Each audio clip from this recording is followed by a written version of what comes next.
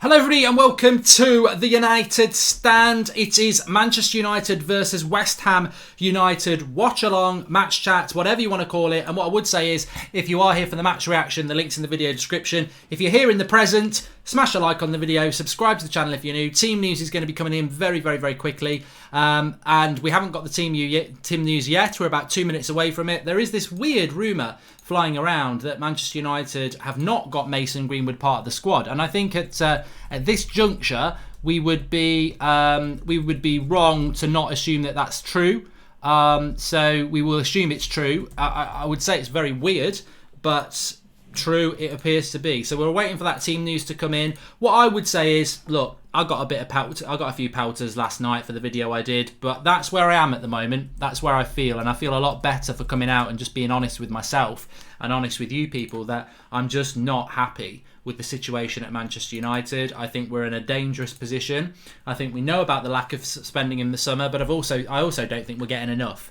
I don't think we're getting enough from the players. So yeah, I really do expect a win today. I think we'd be wrong not to expect that. We are Manchester United. We are against West Ham. Come on, United, says Peter Vegston. Exactly. So I expect to win. I expect to win. And if we don't get that, Mark, you can come out. We don't mind, says James. I would come out. I'm not bothered about that. But I've got nothing to come out about in that context. But I have come out about Manchester United, and the reality is I expect to win today. And if we get a win today, I can see a vision. I can see something that we're working towards. If we don't, then I don't. So that's my predicted lineup on the left-hand side. I mean, I don't know. I've gone James, Rashford and Lingard up front, Mata, Fred and McTominay, and then the back four and goalkeeper. I think we all know what that's going to be, but that's not confirmed yet. We're waiting for the team to come in, and as soon as we've got it in, we can discuss it as per usual. Please do download the OneFootball app. Links in the video description. We're going to be using that interactively quite a lot in the show today, so do download it. Very good OneFootball app where you can get all your latest Manchester United news. It will send you little notifications when there is news, but on top of that, it's really good for match day stats and everything like that. Thanks to OneFootball for sponsoring this match chat with us today. So please do give it a download. Very good app. Team news is just about to come in. It should be coming in any second now. Have we got it yet? Not quite. We are 1 minute past 1 o'clock, so we should have this Manchester United team news. Why have we not got it yet? A little bit slow on the uptake today, Manchester United. You're normally quicker than this. Here it is. Okay, so De Gea, Wan-Bissaka, Lindelof, Maguire and Young, McTominay, Matic, Andreas Pereira, Mata, James and Rashford. I mean, I think that team is a shit house, to be honest. I'm going to be honest from now on. I am going to be honest. I'm not going to pretend. We all know that team newsers can change. I mean, Chong and Gomez are on the bench. No place for Mason Greenwood. He must have an injury. Twansibi, Fred and Lingard and Rojo. I mean, Matic starting over Fred has got to be the biggest banter we've ever had. I mean, that is just disgraceful. Absolutely is a disgrace. I'm sorry, it is. He does not deserve to be starting. He doesn't, you know, Fred's been a fresh breath of air the last couple of games and he doesn't even start. It is shocking. It is absolutely shocking. And this is what I mean about the manager. I back Ole Gunnar Solskjaer, of course I do, but you're going to blame the summer transfer window for that sort of incompetence. It's worrying. It's really worrying, that is. That you know, and there's not even the excuse that Fred played 90 minutes on Thursday. So did Matic. Matic got subbed off against Leicester City because he was shite for Fred. Fred comes on and we played brilliantly, and he drops Fred for Matic. It's like absolutely stunning. I'm stunned. I'm absolutely stunned. I really am. Very, very strange lineup there, Mark. Strange one, says Ryan Mickelson. You put it in a very, very nice way, because I think it's a shit lineup, and I think we need to start being honest and open about it. Look, I hope we can get the result today. I really, really do. But my confidence in it is somewhat, you know, stunted by the fact that he's done that. I'm just updating the team for you now. But it's a weird one. It's a weird one. And I cannot for the life of me see what Nemanja Matic has done to justify starting for Manchester United today. It's crazy. It's absolutely crazy. And on top of that, it's a very defensive Manchester United lineup. It's a very defensive lineup. I mean, there's very little pace in that team. Again, you've got James and Rashford with the pace, but it's a very, very defensive team, and I'm struggling. I'm struggling to see what the vision is at this point, because it should be, we should be seeing it more prevalently now than we are doing, and we're not. So look, I'm about to put the amended team up for you. Prepare to be dazzled. It's not great. It's not great, and I can't lie to people about that. I'm not happy with it, and it should be up on your screen now. Let's have a look. Yeah, so I've changed it on the screen there. So that's your team. Mata plays, Matic plays, McTominay plays. Obviously, McTominay plays. Pereira comes in, James and Rashford up front. But that midfield area, I mean, the bench is okay. You've got Rojo, Twansebi, Fred, Gomez, Lingard and Chong. Again, the bench looks stronger than the starting lineup again. It's absolutely crazy. You pointed out things yesterday I wasn't aware of. Definitely gave me a lot to think on. Thanks. That's one of the reasons I love this channel, says Southpaw Loves Sports. Look, we're a collective. We all love this football club. At the bottom of the bottom line is, if you're a Manchester United fan, you love this football club and you want the best for the football club. And none of us want to be going live having a chat about the team news, going, what the hell is going on? But there's no justification for that. There is no justification to pick Nemanja Matic today. Absolutely none. It's defensive. It's weak. We're Manchester United at West Ham, for God's sake. We've set a team out as if we're playing Barcelona. Absolutely mental. Absolutely mental lineup. Matic is the new Fellaini, absolute donkey, says Nathan Brown. I'm stunned. I'm absolutely stunned by it. And what I want to do is just very quickly make sure you've downloaded the OneFootball app. But there's a very interesting thing here that I was going to be very interested in anyway. If you are on the OneFootball app, you can download it for free on Apple and on Android. But if you go into the app and you go to matches and you click West Ham versus Manchester United, what you'll see on the screen is, I don't know whether you'll be able to see it on my screen there, who will win, draw, loss or lot. I'm going to put my thing in there, and I can tell you, we'll come back to it in a minute or two. So just download the app and then predict who's going to win this game. I've done mine, and you know, you'd be amazed by the results at the moment, but I will tell you the results of that in a minute. But yeah, it's not great. Download it and cast your vote. If Fred and Gomez play, I watch the match. If Matic and Mata play, I don't. Rubbish team selection, no logic, no future, says Mike Holland. I agree. I absolutely agree with you, Mike. And Murray says, Ollie was swayed by Matic's tweet with his stunning stats against Astana.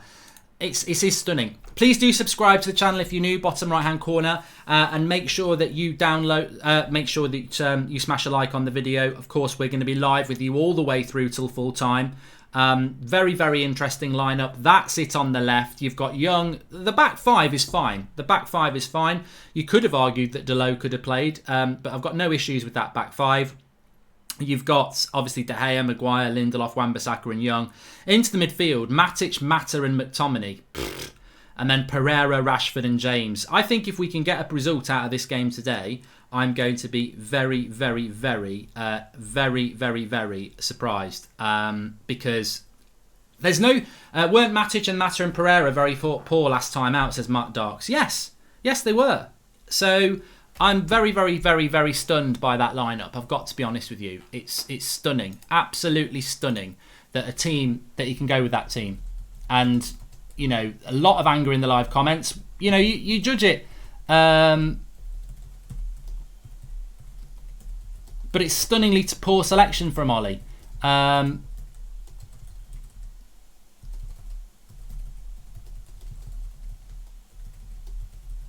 They were shit against Leicester, and they're rewarded.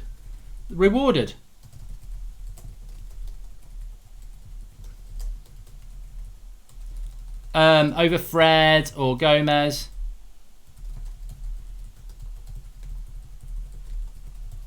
There's just no vision.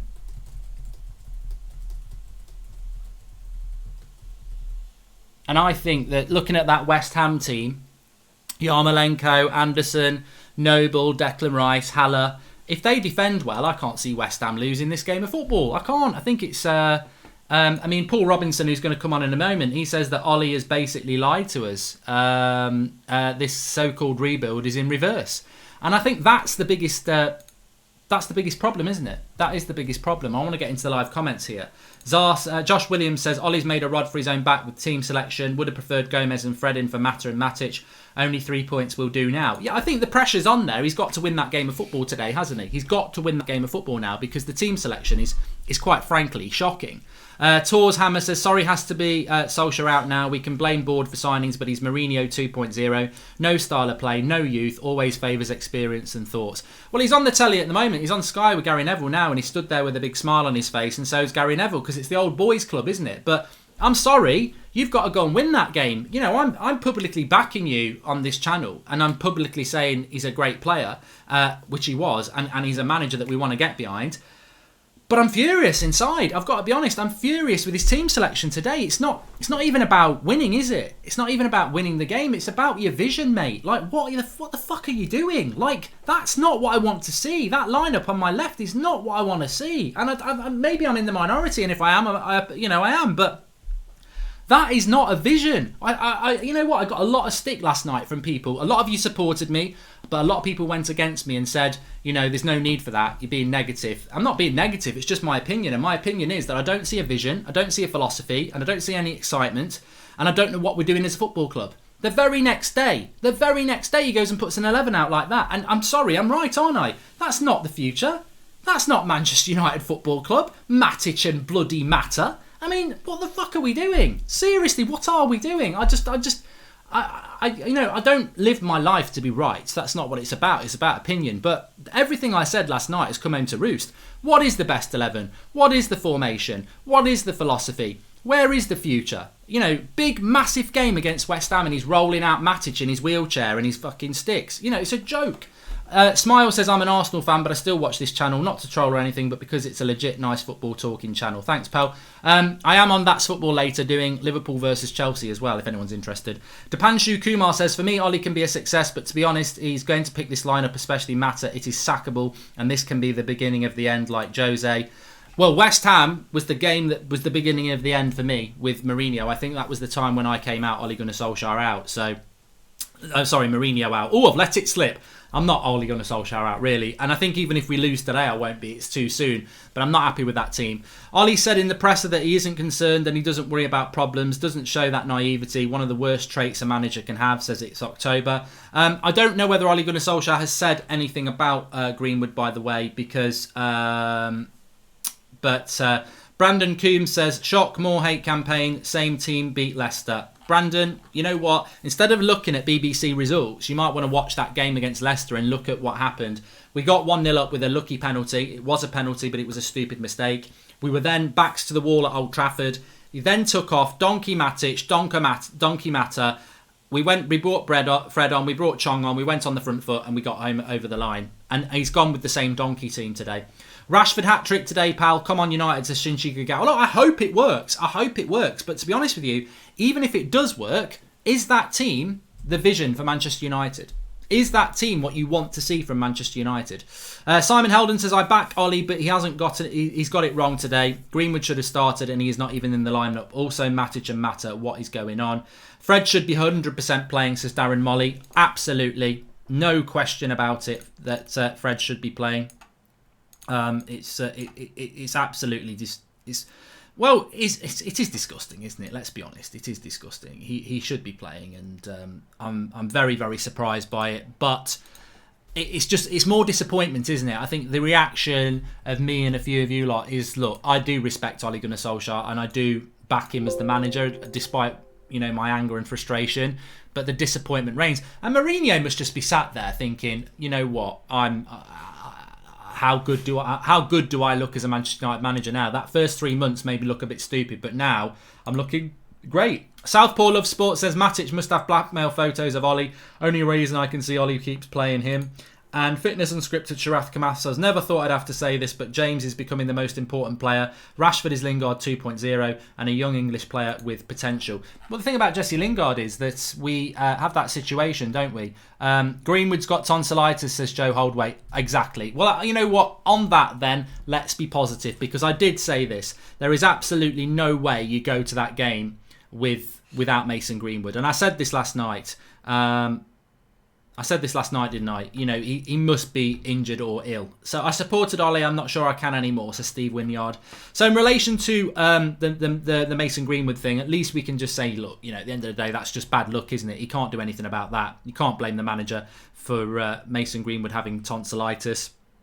And it is a little bit unfortunate, but the team selection in the midfield you can blame him for, and I'm disgusted by it. I've got to be honest, I'm just not happy. I really want to buy that amazing third kit, but the thought of giving the Glazers any money sickens me, says Gareth Frill F. That's the choice you've got to make, isn't it? That is the choice you've got to make as a Manchester United fan. The kits are very, very nice this year, but do you want to put money into this board? Do you want to put money into this club? And if you do, you do. It's up to you. No, I'm not going to tell you what to do. I'm not a dictator. It's a democracy, this channel, and that's what we're all about, isn't it? I can't tell you what you can and can't do. So has Matic and Mata got dodgy photos of Ollie, says Pack 376. And Cantona, the greatest number 7, says, Mark, I'm sorry, but grow up. Ollie knows that the team is not great and not his kind of players, but it's important we finish 4th to improve next transfer window. 2 things. 1, don't tell me to grow up. It's very condescending. You should never start a comment with that. I do it to people on Twitter to wind them up. So don't tell me to grow up. It's really condescending, and I don't appreciate that. That's one thing. The second thing, I'll give you a second chance and read your comment. Ollie knows that this team is not great and not his kind of players, but it's important we finish top 4 to improve next transfer window. Well, my answer to that, mate, is going to be very simple. If you want to finish top 4, why are you picking Matic? I think we're a worse team with Matic in it. And I actually think Gomez is a better player than Mata as well. So, look, the thing is, if you agree with Ole Gunnar Solskjaer picking Mata and Matic, that's fine. That's fine. I don't have to agree with it. You don't have to agree with me. But what I would say is, the most frustrating and disappointing thing is, Ole Gunnar Solskjaer thinks Matic and Mata are better than Fred and Gomez. That's the bottom line, isn't it? That is the bottom line. So, no more excuses with that. The bottom line is, and you take from that what you want, and he either gets proved right or he gets proved wrong. And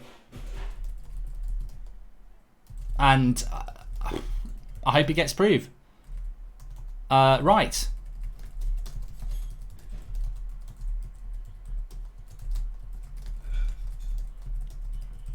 So there we go. And it's disappointing that we've got a manager like that, for me personally, because I think, as I said against Leicester, if we can win, great. But what are we doing? Are we just trying to grind out boring wins? Like we did against Leicester? Is that the plan this season? Mr. Beat says, I hate Matic, but what can Ollie do? He hasn't signed crap players. Ollie hasn't sold good players, so quit complaining. The Glazers are the ones screwing us up. Again, really appreciate that comment, but I would come back on you and say, Matic didn't need to play. Fred could have played. So, MAAF Martial Art and Fitness says, buy the kit from the JD. They've already paid the money, so you might as well get the kit you want if the Glazers have already been paid. Good point. Just don't buy it from the club. Glenny X Nobby says, have you ever seen a slow midfield? All the pundits saying we're moving forward are not true fans. They're just deluded. And Dipanshu Kumar, I'm scared to say this team every week if we win, says Dipanshu Kumar. Glenny X Nobby says, have you ever seen... Yeah, we've read that one. And Daniel Brandley says, Matic and Mata playing is as painful as stubbing my little toe on the table. What will it take for the youth to get a chance? I don't. You know what? I'm going to be absolutely fair here. You know, we've had that initial reaction to the team news, and it's a very disappointing team. I've got to be honest with you with regards to Matic playing, because I just don't like the player. But what I would say is, I never expected Gomez to play, and I never expected I never expected Chong to play. The one that needed to play, and everybody knows needed to play, was Fred. That's the one. You know, we can look at the wider picture if we want, and of course we you know, the wider picture is always great. But what annoys me the most is that Fred needed to start, and he's chosen Matic. And that really does disappoint me. It really does. I'm not Ollie out, no. I'm not Ollie out. I just think that's way too premature. And it's never going to happen. The club will never sack him. They love him. They won't sack him. So, yeah, that's not going to happen. And it's not really where we need to go. Going to miss our number 9 today immensely, says Martial FC. I think that with regards to that, what I would say is that today is the day that Marcus Rashford's got to step up to the plate, hasn't he? You know, he's had a lot of chances. He's got to step up to the plate. Please do subscribe to the channel if you're new. We've got over 10,000 people watching. Thank you very much for tuning in. Wayne Barrett says, if we see more than one sideways play or square pass from Matic that results in a goal for the opposition, it's Matic out. Well, he's already made those mistakes, hasn't he, really? Progressive Dad, how come none of Ferguson's managerial experience hasn't rubbed off on Ollie? You know what? Just because you play for a great manager doesn't mean you're going to be a great manager yourself. I mean, how many of Sir Alex Ferguson's players have actually become a good manager? You know, I can't really think of that many, if any. Dark Hall says, Lampard is playing the youth. Why do we keep playing Matic and Mata? It's depressing. Fair point. Well made. Fred hasn't had the same level of fitness training, says Ali Barron. There you go. Another excuse. Mr. Beast, all we can hope is Pogba's comebacks fast. Simple as that. If you pull Pogba, you've got to be loving life, haven't you? You've got to be loving life if you pull Pogba, because we're desperate. We're desperate for him to get back. Davian Francis says that Ollie is a B-Tech Mark Hughes. Matic is a very good holding midfielder, says Matic's brother, or Roshan Hart, as they go by on here. Glenny X Nobby says, can I just point out a fact? The last time any United player scored a hat-trick was Van Persie in 2013. What a fact to highlight how bad we've been. Also, I think the amount of times we've scored more than 3 goals is very, very low. Pritashwar Prasad says, Mark, thank you for last night's show. It motivated me not to accept this crap. Well, if one person feels like that, it was worthwhile doing. Please do share the video if you are watching the video. Please subscribe, bottom right hand corner if you are new. Smash a like on the video. We are the United Stand. We say it how it is because we care about the football club. We don't bloody play for likes or anything like that lot. We try and get everybody's opinion involved. We've had some people pro Ollie, pro Matic, so it's absolutely fine if you feel like that. Just get involved. We've got fan cams after the game, of course. That's going to be very interesting. Match reactions, previews, everything. Loads of content on here. So if you are new, you found a very good, vibrant community. We have call-ins on a Monday night. Please subscribe if you're new, bottom right hand corner, and share the video. Don't hold back if we lose today, says Dylan. Why would I hold back? I mean, the path has already been set in front of us. Nobody's going to hold back, are they? I don't think that team's very good. So he's got to win. If you pick a team like that, you've got to win. There's no excuse, is that? He's got to win. He could have picked a better team. It's the same as Leicester last week. He had to win with that team because it wasn't actually a very good starting lineup. So he's got to win. But what he's proved is that Matic is a starter for him. Pure and simple every time. He started him against Leicester. He started him again today. Matic knows he's crap as well. I mean, what player puts out a tweet with all their stats against Astana saying how great they are? It shows you what a banter B-Tech midfielder he is. He even knows it himself, and here he is starting for United. Philip Cronstead says, West Ham on the break will fly by Matic. I believe Wan-Bissaka needs to stay back a bit during the game due to Anderson's pace. Look, defensively we're strong. Defensively, we need a clean sheet again. Jordan Such says, just shows how crap this United team is. Unless Daniel James produces something, there is very little chance of a United victory today against the mid-table team. Fitness Unscripted Sharath Kamath says, this is the same mistake Jose made, not giving Fred 5 games, one after the other. How can, thank you, how can we know if he is good enough? Not Ali out, but starting to think, where are we heading? And I think that's probably the fairest assessment. Really, it's not about being Ole Gunnar Solskjaer out. It's just about what is going on at the football club. What is your vision? I mean, what I would say is you could not get you cannot get further away from the vision we had. I'm going to keep that for the match reaction as well because it might be important. From the first 3 months, you look at that first 3 months vision, right? You had Lingard, Rashford and Martial as a front three, interchanging. You had Pogba, Herrera and Matic. Now, we don't look anything like that. We look nothing like that. So, Matt Carroll says, I hope Matic gets subbed off for Fred and then Fred has a blinder. I hope Mata is subbed for Gomez and creates the winner. Let's hope for a clean sheet, says Matt Carroll. And that's basically what happened last week, isn't it? That's what happened last week. We were 1-0 up at the time, but we were really under the cosh. And it was those substitutions that basically came in and gave us the game. So I agree with you on that one. I hope that the substitutions, if they are needed, do come on and get us 3 points. But the reality is, we shouldn't be making that. We shouldn't be making that mistake with the starting lineup in the first place. The starting lineup should be a lot better than that. Right, please do download the OneFootball app, which is sponsoring the stream for us today.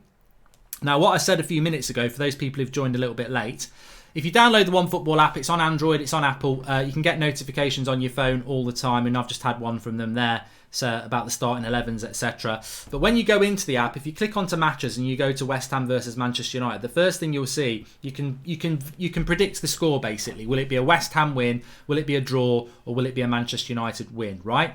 Amazingly, over 100,000 people have done it already, and I'm sure some of you are. Guess how many people think United are going to win? 83% have gone for a Manchester United win, 4% have gone for a draw, and 13% have gone for a West Ham win. There's a lot of optimism. There's a lot of optimism out there.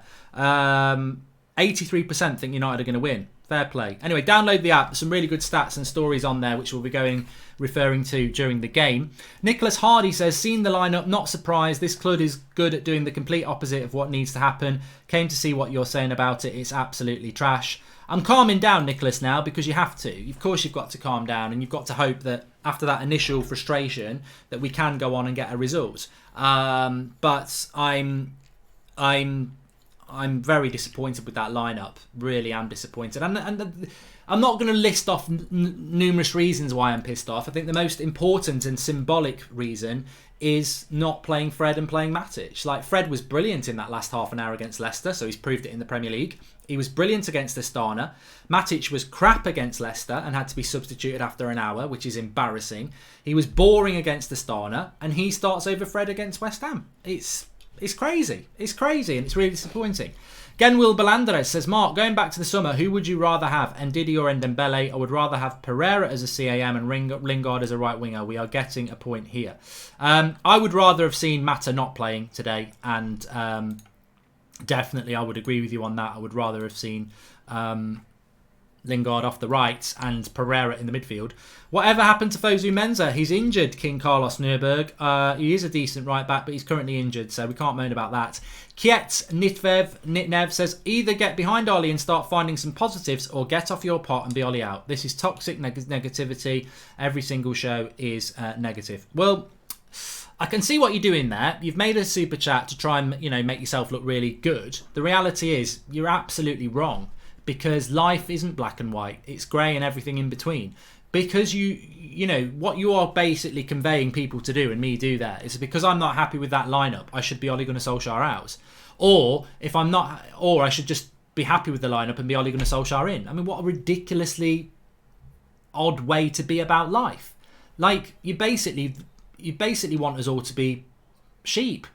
Bah! I'm not a sheep. I'm not a sheep. I'm a wolf in sheep's clothing. Rawr. They don't do rah, that's a line. But no, seriously, like, I mean, take it away from football for a moment. If your boss tomorrow tells you to do something you don't want to do you just suddenly say, fuck off, boss? I'm not working for you? Or do you go, actually, I don't agree with that. I do respect you, but I don't agree with that. That's life. Welcome to the party, pal. Just because somebody's in a position of authority doesn't mean you have to agree with everything that they do. Doesn't mean that you want them to be sacked. I don't want Ole Gunnar Solskjaer to be sacked. I mean, that's the sort of... What person's going to want Ole Gunnar Solskjaer to be sacked when we're third in the league potentially tonight? And what I am saying is, what I said last night is, this is 6 years in the making. This is 6 years of boring, crappy team selections. I've seen this from Moyes, I've seen it from Mourinho, I've seen it from Van Gaal, and now I'm seeing it from Ole Gunnar Solskjaer. The same crappy approaches to games and crap opposition, against crap opposition. So just because he's an ex-United legend, I'm not going to give him a free ride. I moaned about the team selections under Van Gaal, and eventually I was Van Gaal out. I moaned about the team selections under Mourinho, and eventually I was Mourinho out. I'll moan about this team selection, and eventually I might be Ole out because the results will reflect it. But I'm not going to say I'm Ole out, and I'm not going to back that team lineup. I'm just somewhere in between at the moment, where I'm not happy with the vision and progress of the football club. So thanks for the contribution. I hope that's a thorough answer. Welcome to Digantu Banerjee, latest member of the United Standing Members Club. I've got no issues with McTominay starting, says Fitness Unscripted Giraffe. No, 100% McTominay should start. He's there to clean up the mess, but we need two creative players in the midfield. This is a Rashford's final chance. Thanks, pal. Ogali Atarova says we should question the coaching staff too. They play a part in the team selection. Playing Pereira on the right wing has never produced anything good. I mean, look, Pereira's an important player because of his creativity from maybe corners and free kicks. But Rashford's always on free kicks.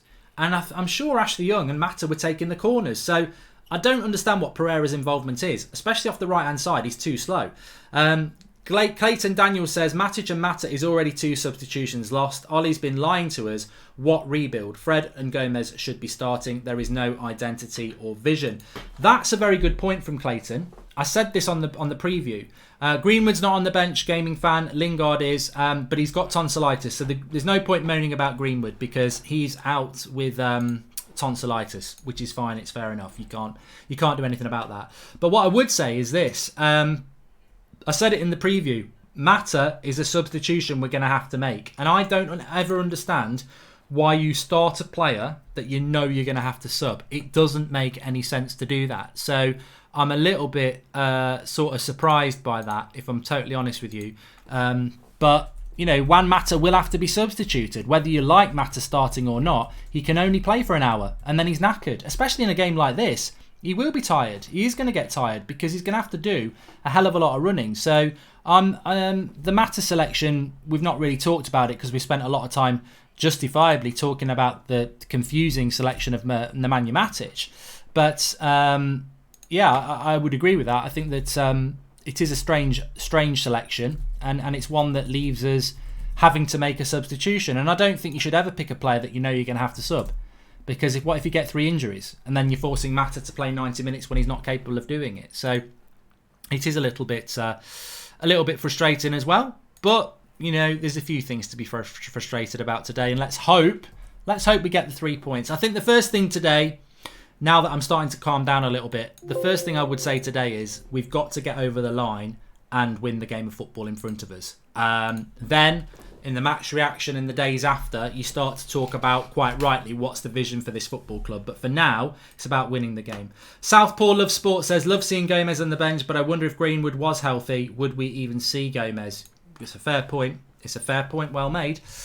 Please do subscribe to the channel if you're new, bottom right hand corner, and make sure you're smashing that like button as well. You're very welcome if you are new. Fantastic community. Look, it does get a little bit heated in here. There is people disagreeing, but I always embrace that. I never wanted this channel to be about, oh yeah, everything Mark says is right. I know some people will agree with me, well done, but if you don't, great. It's all about having different opinion. That's what the channel was all about. It's always going to be about that. We want people to express how they're really feeling. Anza says the bench looks promising. I think the bench looks better than the starting lineup, to be honest with you. I can show you that bench now. As you can see, we've got Ole Gunnar Solskjaer there circled because Ole Gunnar Solskjaer is the man today. Let's circle him. He is the man today that we are looking at. He is the man today that we are focusing on. He's got to win. If he's going to pick that team, he's got to win.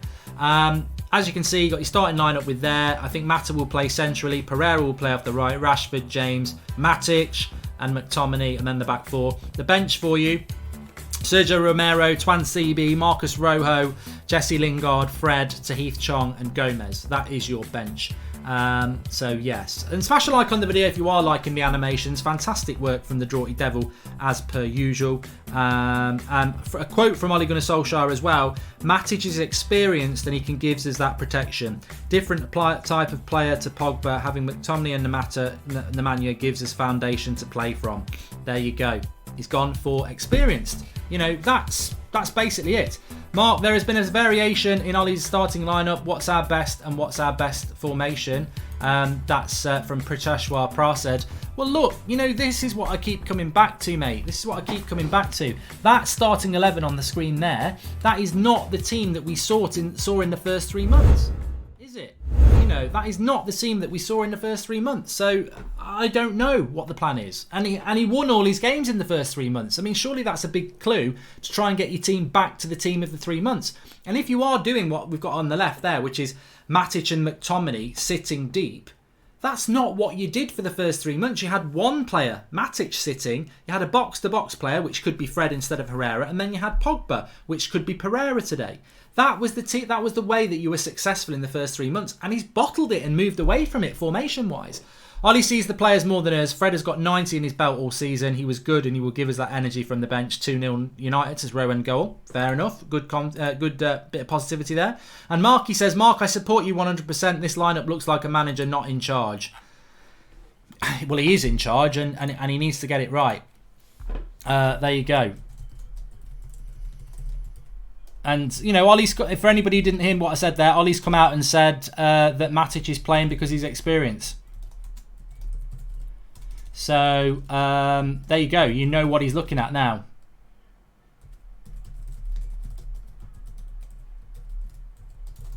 No change then. We're not looking forward. We're looking back.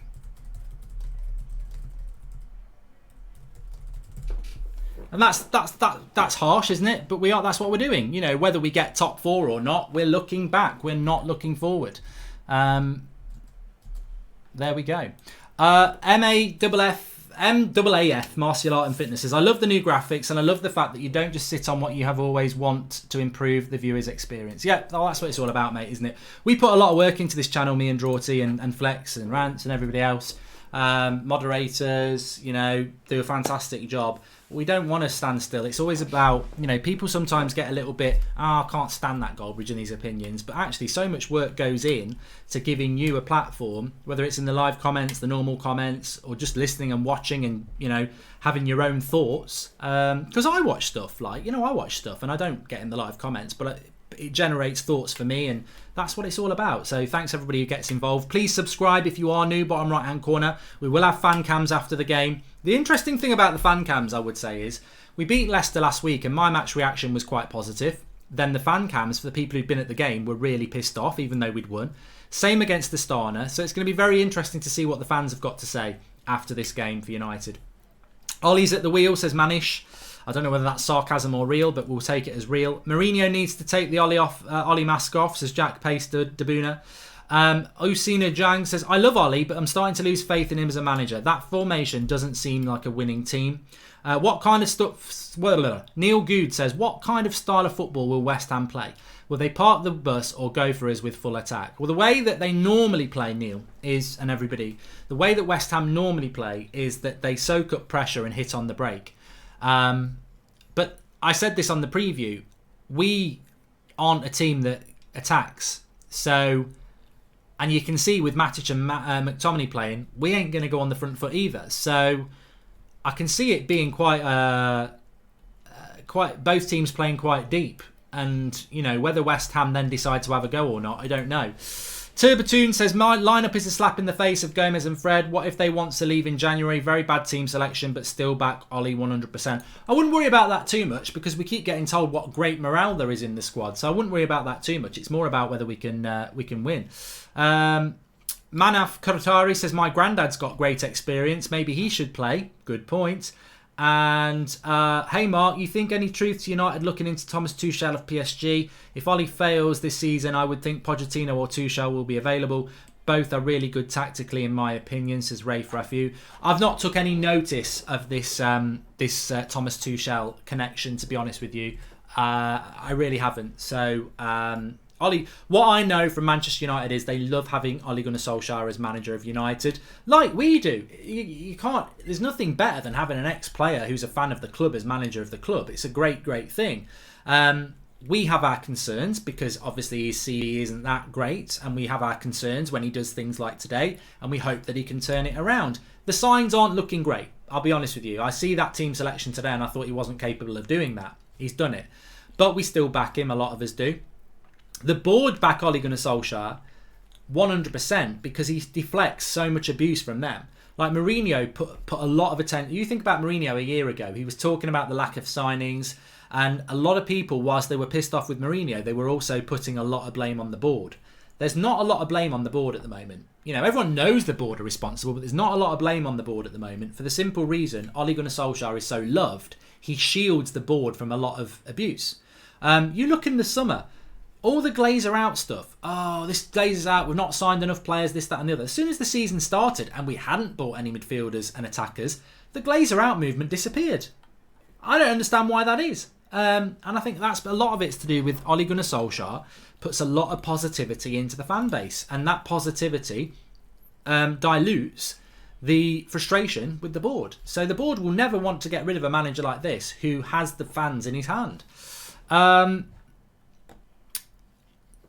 Chat's on fire, says Snaps. It really is. There's a lot of people. I think this game's going to be brilliant today. I think it really is. Manchester United have got to win. We've got to win anyway. But if you select a team like that, you have got to go and win this game.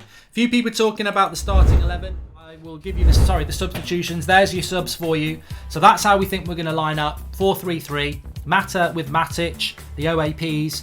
McTominay there. Pereira on the right-hand side. Got no pace. I don't know why he's playing there. I would have played Lingard and then put... I mean, look, the two changes I would have made, let's just talk about that for a moment. You wouldn't even be in London. I'd give you 6 months off, go home to Serbia. You'd be on the bench.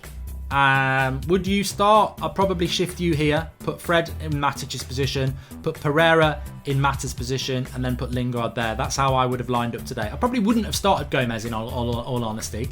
I would have put Lingard where Pereira is, Pereira where Mata is, and Fred where Matic is. And what a dynamic and energetic midfield three you'd have then. Fred, Pereira and McTominay. What a contrast it is to the OAPs of Matic and Mata. So, you know, that's how I would have lined up. On the bench, we got Romero, Twansebi, Rojo, Chong, Gomez, Lingard and Fred. And realistically, I think at least 3 of those probably should have started. Kwazim Ali says, would you have started Delo? I think Ashley Young was always going to play today. And I thought Delo did well, but maybe Delo, just coming back from injury, he'll play against Rochdale. Is Ollie playing Matic more than he should just to shut him up so he doesn't unsettle the dressing room since most of the distractions are gone now, says Nicholas Hardy. That's weak management. If you're starting a player so that they don't cause you problems, how weak is that? I don't think that's the case at all. I think he's picking Matic because he wants to pick Matic. And I think we shouldn't look for excuses. You know, he's got to go and win the game today. He's picked that team. He could have picked other players. We think he should have picked other players, so he better go and win the game. Pritash Prasad says, Mark, Ollie said that last week's team played well and that's a building foundation. I'm Ollie in, but I can't see that as a foundation. Justice O says, did Ollie not watch how bad Pereira was on the right and how much better he was when switched to number 10? I'm so confused. No element of surprise to shock the opposing team. Ollie is worrying me. Thanks, Justice O. And Southpaw Love Sport says, the crew at Premier League mornings, unlike Sky Sport, actually calling out Rashford and the squad for what it is. Look, I don't know what Roy Keane said. I don't know what Mourinho said. I don't know what Souness said. I don't know what Gary Neville said. I respect all those people in different ways, but I guarantee they're probably saying, Ollie knows what he's doing. He needs time, this, that and the other. I tell you what, I disagree with you all. I don't need to agree with you. You were brilliant footballers at one point. I don't need to hang on your every word because you paid hundreds of thousands of pounds when actually it's just mates rates, isn't it? They're going to back their mate. Gary Neville was never Jose Mourinho out. So what chance have you got of him actually saying anything negative about a mate? Like, Mourinho wasn't his mate and he was never Mourinho out. So he's never going to say anything negative about Ole Gunnar Solskjaer. That's always the danger when you appoint a club legend as the manager. Nobody wants to say anything negative about him. And certainly ex-players who played with him are not going to say anything negative about him. So if you take your opinions from the mainstream media about Manchester United, you're going to get a very swayed view on it. And that swayed view is always going to be, this is great. Ollie knows what he's doing. That's a good team because they're his mates. And I understand that. I respect that, but I don't have to do that. Dazo W says, Keno is a legend. He just said, same as you last night, that 3-year plan is nonsense. Need to win games now. Well, look, I love Roy Keane. As a player, I thought he was amazing. If he said that, then I agree with him. Ken Killen says, Twan CB, CDM and Gomez CAM would make this lineup. I just think the kids may not be ready yet, and that's why Ollie's keeping them out. Rashford needs a goal. Ken, I agree with you. I do agree with you, but you've got to ask the question, why not Fred? Why not Fred? That's the thing. Why not Fred? Why Matic? Both played 90 minutes. There actually is, whatever argument you say for Matic to play today over Fred and Ollie's just resting him or whatever, they both played 90 minutes on Thursday. Fred is in his mid-20s. Matic is approaching, he's well into his 30s. But you pick the player that is in their 30s to play 2 games in 2.5 days. It don't make any sense to me, I'm afraid. It really doesn't. But it is what it is, as we know. If Paul's about, hopefully we'll get Paul on for a few minutes before kickoff. What I wanted to do as well is just remind you all, please do download the OneFootball app. They are sponsoring the match chat with us for today. Please do give it a download because it helps us out. It's on Apple and Android, but it's a very good app. You can follow Manchester United on there. You'll get all your latest Manchester United news on there. But also when it's match time, you get all your stats on there. And I can tell you that 82% of people have voted that United are going to win this game, which I think's very, very interesting. I'm just going through the West Ham lineup. 4-1-4-1 they play. Fabianski, Fredericks, Diop, Ogbonna, Cresswell as a back four. Rice as the CDM. Yarmolenko, Noble, Formils and Anderson, and then Haller up front. Their bench has got Zabaleta, Snodgrass, Roberto, Carlos Sanchez, Jack Wilshere and Ayeti, as well as the reserve goalkeeper Balbuna. Statistically, West Ham have got quite a good record. They've got quite a good record at this season. They've got 8 points themselves as well. They've made a solid start to the season, apart from their 5-0 loss to West Ham. You know, it's interesting, isn't it? It is interesting. And you know what as well? I said this last night. What I would say about all the injuries. Paul, talk up when you're on, mate. I can see you're in there. What I would say about the injuries is that we are... can you hear me, Paul? Yeah, mate, you're right. Let me just read this super chat and I'll get your thoughts. If Ollie got real balls, he will substitute Matic after 30 minutes to show everyone who's the boss. If you're shit, you're out. I can't see that happening, but I would applaud it. And Meb3 says, Ollie is managing United exactly how I expect someone who supported Liverpool as a boy would. Woo, harsh. And Cantona, the greatest number 7, who I know supports Ollie, says, Mark, I like you and you like me, and I agree what you're saying. All I'm saying is for now, it's important to finish top 4. Matic will be gone next year. Look, I want to be even-handed here, Paul. A few people are saying Matic is a very experienced player. It's all about finishing top 4 with the limited resources he's got in the midfield. How are you feeling about that team today? Because I know you said that Ollie's lied to us about, you know, what he's trying to do with the team. Yeah, I've calmed down a little bit. You know, that first 10 minutes is when you know, I'm live, mate. It's there for everyone to see. Yeah, you don't want to let it all out at once because, you know, I'm trying to understand the limitations of the squad when I look at that team, but at the same time, there's not one player which is showing any risk at all from Ollie in that team, which is my big problem. If you're going to play 3 safety midfielders like Mata, McTominay and Matic, go for a Chong on the wing. You know, mix it up a little bit because we know Pereira doesn't work on the wing. If you're going to put Mata on the wing and you're going to have Matic and McTominay, go for Gomez because he's, you know, they don't know how to handle Gomez. But there is no semblance of risk in that at all. It just points to safety first, self-preservation, you know. And I'm watching him on TV now. The more and more Ollie makes decisions like this, the more and more I just think Mourinho. I can't help it, and it worries me. I think a lot of people are talking about the youth in the live comments. Hi there says you can't throw youth in, you have to ease them in. I do agree with you on that one. And Killian says, are you worried about how low the expectations seem to have sunk, or is it just about being realistic with the current state of the club? Look, I'm sure you watched the video last night, Paul. I'm sure you feel the same as me. I sort of had an epiphany last night on the 8 o'clock show. Make sure you subscribe to the channel if you're new. We're live every night at 8 o'clock. We've got fan cams and everything. And I felt that I was falling into this trap of the expectations being lowered. And I thought back a year ago under Mourinho, and I was very, very angry and passionate about I will not let my expectations be lowered. And I said that last night. I'm not going to let it. I'm not going to let it happen. All right, it's going to upset some people, but I've got to be true to myself. So I'm going to be more animated about things that I don't agree with anymore, because it's been 6 years in the making. I'm fed up of it. I see this team today and I see similarities with what Van Gaal did. Odd selections, negative selections, what Mourinho did. I never expected it at Ollie, and today he's gone and done something negative for the second week in a row. So yeah, I've got to be critical about it. It doesn't mean I'm Ollie out, but I am concerned with what he's doing, because going back to that, Paul, if he is picking Matic because he thinks he's experienced and it's his best chance of getting top four, even if we get top four, we know we're in for a season of boring games like Leicester where we're trying to keep a clean sheet and nick a goal. It's not only that, it's what happens at the end of the... I know this is a giant leap forward, but what are we learning playing Mata and Matic and Young and all this Deadwood, so-called Deadwood? What are we learning? So, okay, put it this way. If we go through the season and we scrape top four with this team as a nucleus and introducing every now and then a little bit of youth and a little bit of Fred and a little bit of this and that, when we get to the end of this season and Matic wants to leave and Young's going, do we have to start again in terms of learning where we are as a team with new players again? This was promised as a rebuild. The reason I said Ollie's lied to us is because in the pre-season it was all about youth and a vision and evolving. This team is not evolving. This team is once again stagnating with the same players, scraping results in terms of with the same kind of football we've seen for the last 3 years, which we're dying to get away from. I can't say we. I am dying to get away from. So, yeah. What are we learning by scraping a 1-0 win against West Ham, which I can't see anything else but a very scrappy result? At the end of the day, we rejoice in the moment, but we go to the next match. What's our expectations?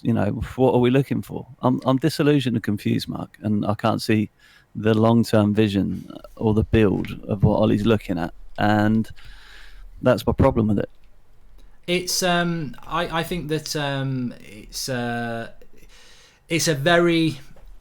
I think there's different levels to a lot of things in life, and there's definitely different levels to how people support football. And I think that approach that you've got there shows depth, and I agree with you. It's like I said it before the Leicester game. I said if we beat Leicester and we win 1-0 with Matic and Mata, I'd rather draw 3-3 with Gomez and Greenwood, because there's a vision.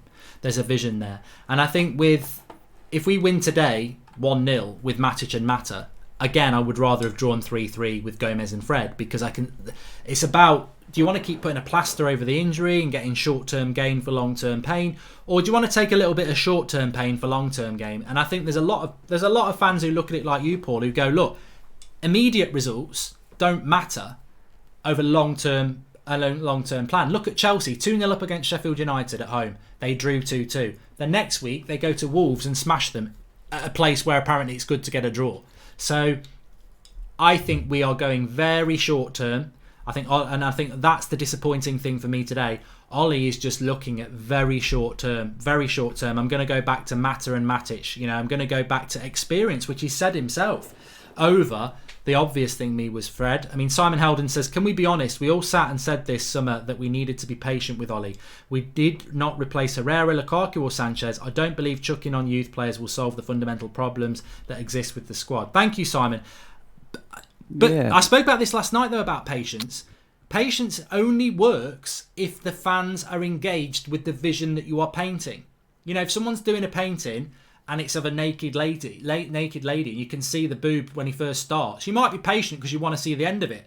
If the painting's Fellaini, you might be like, I ain't waiting to see that finished thing, it's shit. So this is what I mean. Patience only works if the vision is something exciting. You can't just be patient when you can actually see it's not the right painting, if you know what I mean. it's not patience if you can't see the end product. It's not patience. It's just not. I can't think of the word for it, but if you can't see any evolution, what are you being patient for?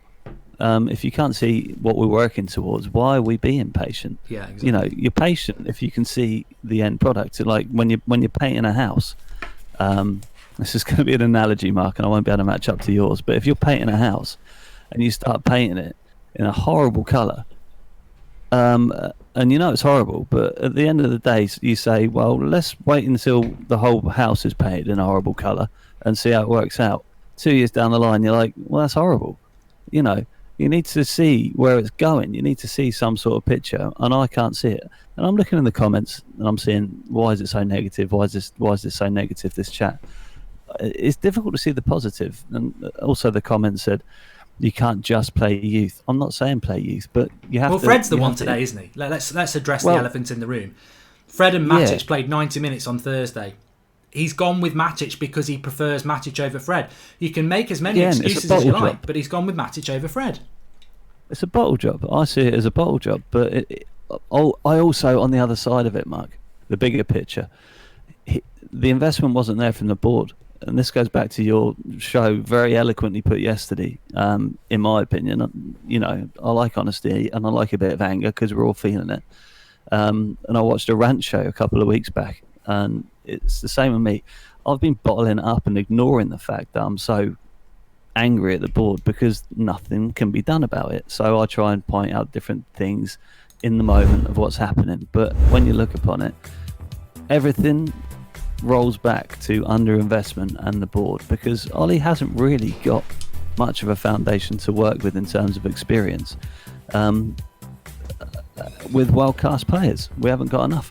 So it's a perfect storm. It really is. I understand, the non-committal from Ollie because he hasn't really got the players. You can't put all the youth in there, but also he hasn't put anything in there outside of the norm. And Fred is the angst for me. He's played very well. He can make a difference.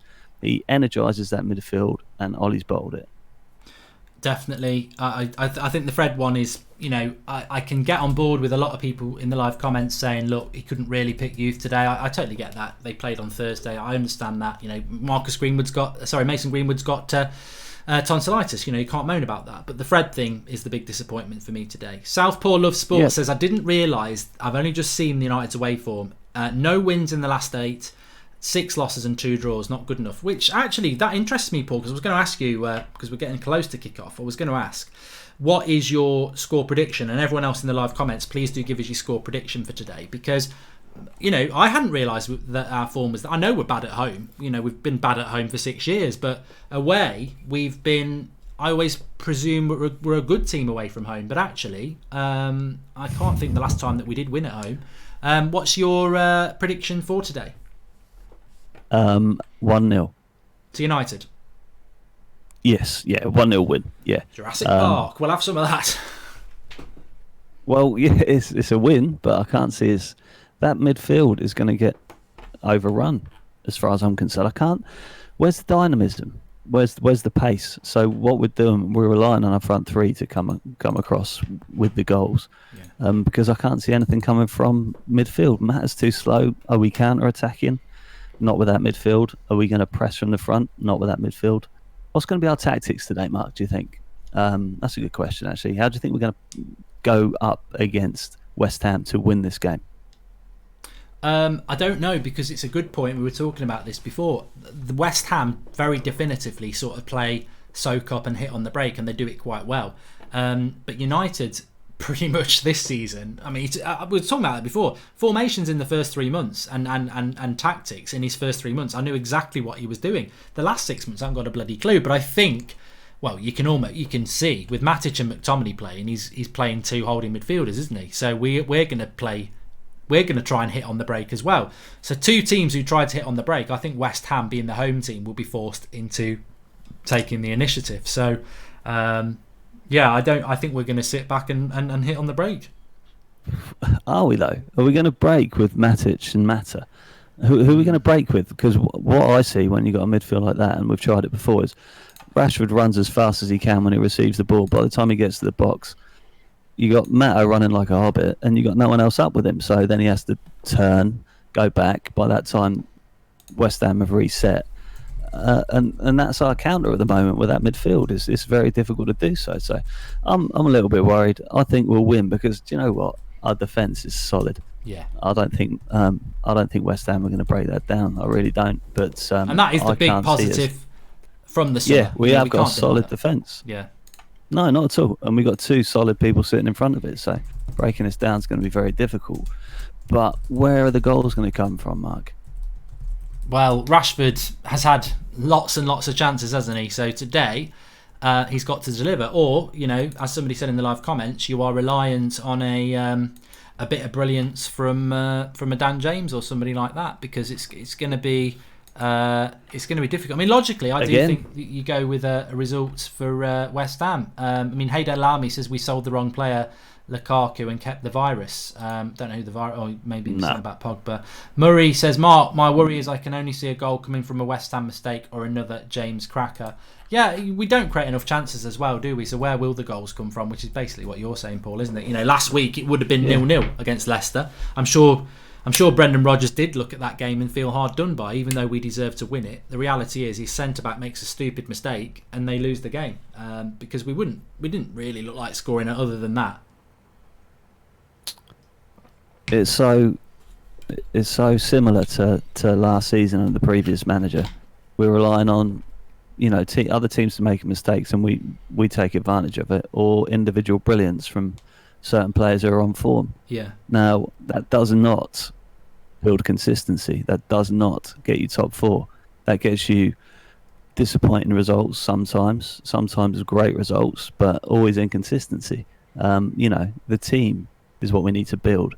And I'm struggling to see what the team is. Again, what's our best 11, Mark? Our best 11 at the moment, God knows. Well, Pogba's in it. I presume Martial's in it. I don't know what the front three is. Dan James, who plays on the right? So I don't know. Who plays anywhere? Who are we going to put Dan James on the right? The midfield three, I presume, is McTominay and Pogba, and I don't know who the third one is. I know what the back five is. When Luke Shaw's fit, you know what the back five is. But other which than is that, why we're solid at the back. Yeah, we didn't invest in this summer. I'm always going to say that. I'm always going to back Ollie about that. But that's what it boils back. That's what always comes back down to that. If we had Bruno Fernandes, and I'm not saying Sean Longstaff's the saviour, but if we had a ball playing centre defensive midfielder, and we had a number 10 with some pace and guile and vision, like a Maddison, would be a changed team. But the underinvestment has undermined Ollie's plan. Underinvestment has underlined his building of his vision, because he genuinely knows he hasn't got the players to do so. I do believe that as well. So Ollie's not all to blame. But looking at the bigger picture, does this 11 we've put out beat the West Ham 11 they've put out? Do you think? We're about to find out, Paul, because we're about to kick off. It's true. We're out on the pitch. I will get you back on at half time if that's okay. Yeah, sound, mate. I reckon we're going to go 1-0 up in this first half, and then we'll see what happens from there. But I'll see you in 45 minutes, yeah? All right, mate. Speak to you in a bit. Laters. Cheers, Paul. Right, we are about to kick off. That caught me a little bit unawares.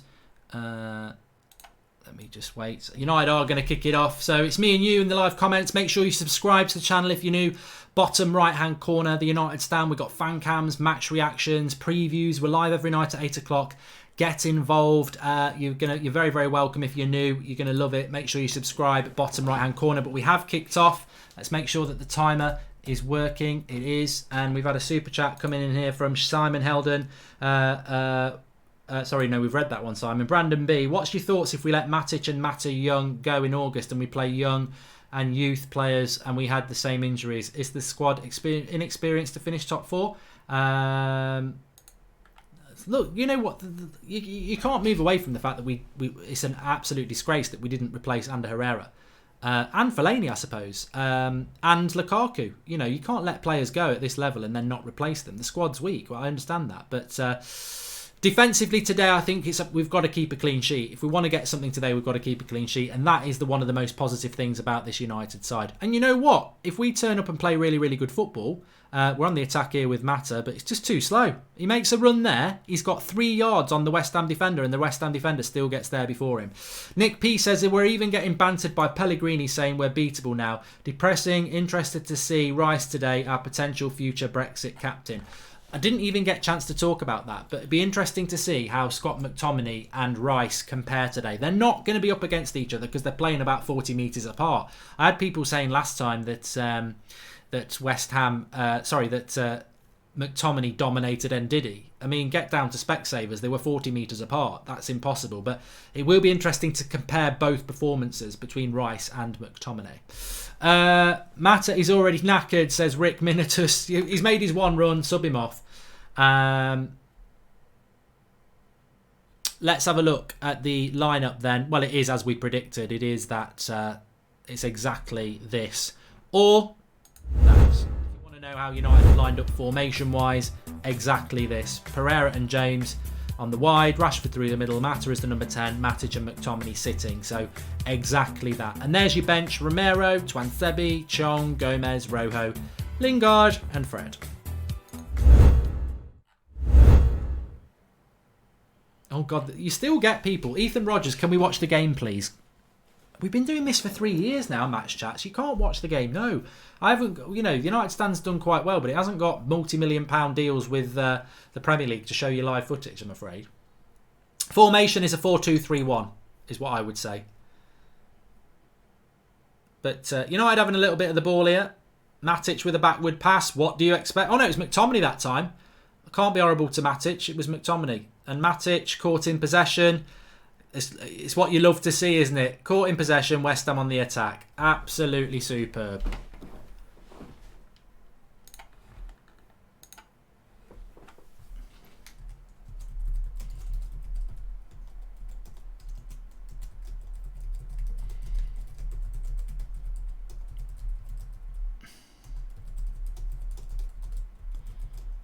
He just can't get rid of the ball. He has to take too many touches. Too many touches there. Well, look, let's calm down. Ollie, if you're not happy with the team, if you're happy with the team, Ole Gunnar Solskjaer's got to get a win today. He's got to win. You pick a team like that, you've got to win. You pick Matic and Mata, you've got to win. Please subscribe to the channel if you're new. Bottom right-hand corner. We're trying to get up to 549,000 subscribers today. It doesn't change. It doesn't show you the subscriber numbers now. It just does it every 1,000. So please do subscribe. Bottom right-hand corner. Let's see if we can do it. Get involved with the channel. Live every night at 8 o'clock. We've got fan cams after the game. They've been very honest, the fans at the ground, in the last couple of games. Even though we've won, they've said it's not good enough. So it'll be interesting to see what they say today. And also previews, everything. Get involved in the community. Call-ins on a Monday night. But it's West Ham coming forward here into the box. And Lindelof clears it quite well. Pereira won't keep it in.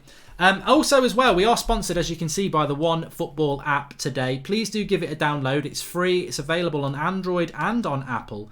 And you can get all your match stats during the game, which we're going to be looking at. But you also get all your latest Manchester United news on there as well.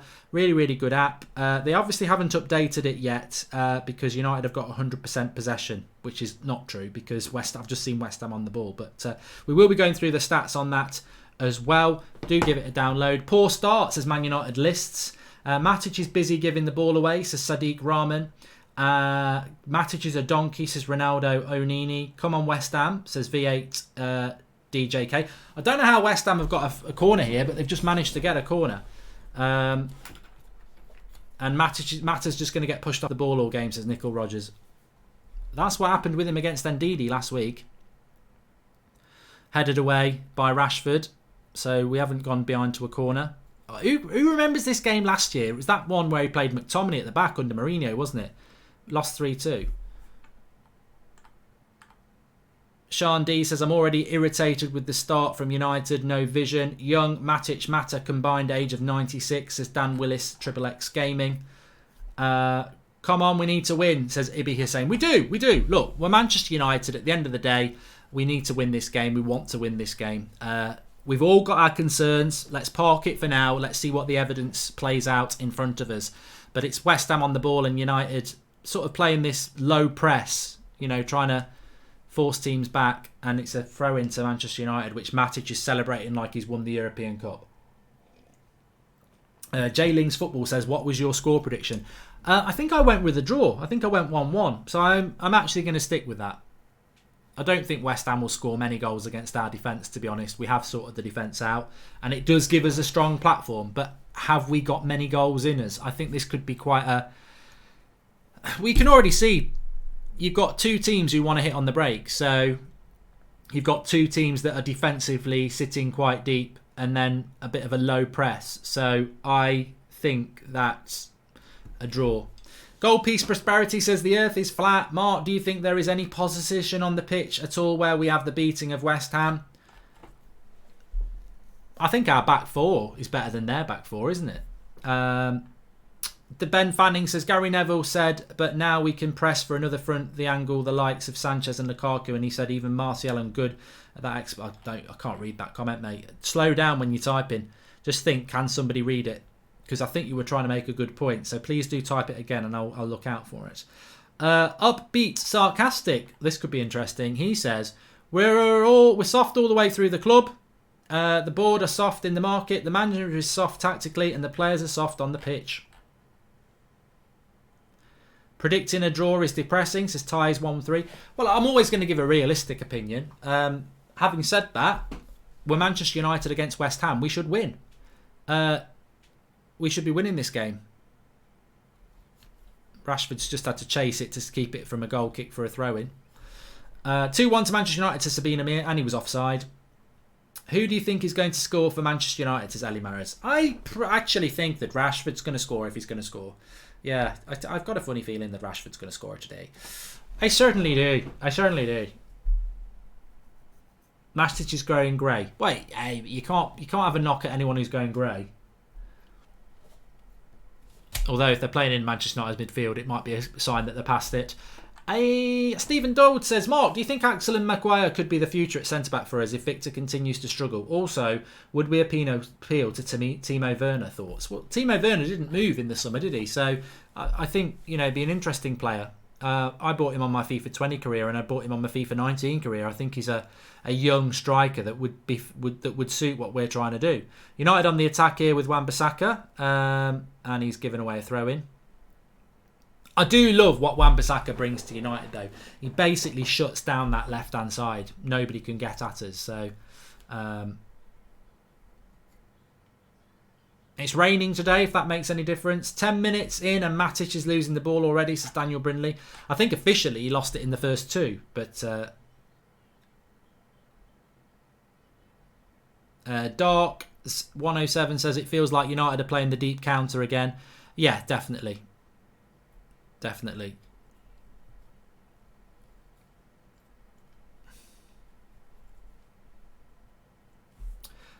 Nate says, can you shout out my friends Ed and Chris? Your goal line rage, it's not over the line, is Ed's ringtone. Yeah, there's a shout out for those two. James is the only one who can do anything, says Mark de Volta. Dat Volta. I tell you what, that Volta football on FIFA 20, I love it. United trying to play a through ball to Rashford there from Pereira, but easily followed up. The thing about West Ham's two centre-backs as well, they're very quick and they're very strong. So Rashford's not going to get any advantage today from just, being quick. He's going to have to time his runs. There's going to have to be some intelligent play. Matic has just played a forward pass there to Mata, and Mata held it up and gave it back to Matic. And he's just played a forward pass again. What's going on? He must be drunk. I don't believe that's Matic. He's just played two decent passes forward. And then a crap ball by Mata. It's in the keeper. Who's slower, Mata or Matic, says Pete Phillips. It would be the most boring 100-metre race you've ever seen. You'd probably have to set aside an hour to watch that race. Sam S says the positive is that Rashford won't miss any chances today, only because we won't make any. I'm sure he'll get a chance. Let's have a little bit of faith. It's a scrappy game at the moment. I think the rain is making it difficult for both teams. It's a bit slippy.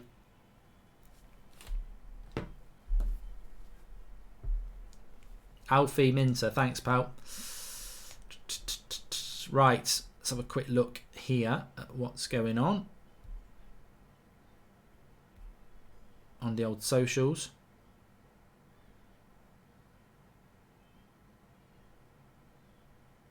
For anybody who's a member of the United Stand Members Club, if you are a member, you can join and click the join button. Now, this is breaking news for you here, a little bit of exciting news while we're live.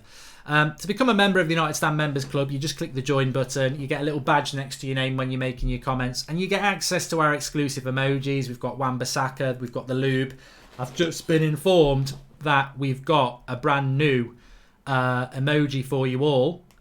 Which you can try out. It's called VAR. We've got a VAR emoji. So there you go. Nick P says the rain's not helping Matic's game at all. Touches 7 to 10 are virtually impossible in these conditions. All he can do is just pass forward. Yeah, probably it's just a hit and hope, Nick P, isn't it? And Steve Shalloon says at least we have 10 out of 11 players playing that care about the club, as opposed to Galacticos that are here for the money. Would you rather have talent or passion? Apparently we can't get both. You can get both, because Man City seem to do a very good job of having passionate mercenaries, don't they? What do you think about Alex Witsel at Dortmund? Too old, Sean Atwood. Too old. We were linked with him in the summer. He's too old. He's too old.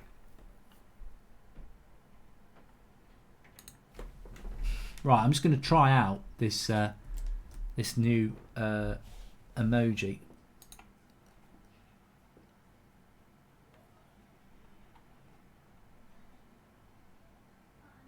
I can't see it at the moment.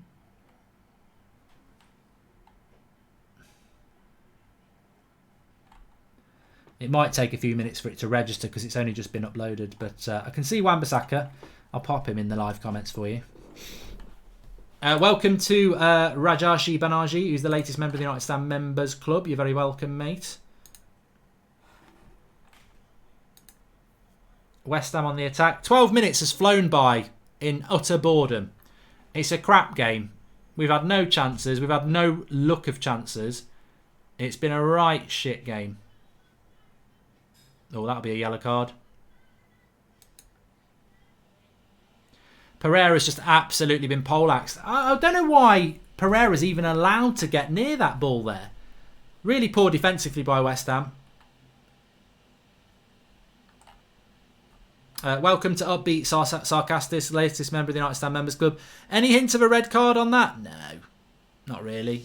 It's a yellow. It's a yellow all day, every day. I'm going to bury you on this one. Cocky says most games are boring after 12 minutes. Weren't Man City 5-0 up after 20? Did they score all their goals between 12 and 20 minutes? The game starts how the game starts, and what you've got here is two teams who like to sit and hit on the break. There's no, and if neither of these teams decide to change that, you're going to have a very boring game. You know, they may as well just say, let's take a point each, because there's no intent from either team. Both team wants to play on the break. If this was Man City, West Ham would be stuck in their own half, because Man City would want to play on the front foot. On a brighter note, seeing Granada going top of La Liga is hilarious, says MUFC for life. What the hell's going on in La Liga? I'm going to look at that on That's Football later on when I do the Chelsea-Liverpool game, because it's a bit more relaxed, isn't it? This matters because it's United, but yeah, I got no idea what's going on in the in La Premier, or whatever they call it, or La Liga as I've called it before. United on the attack here. Matic, have a shot. Straight at the keeper.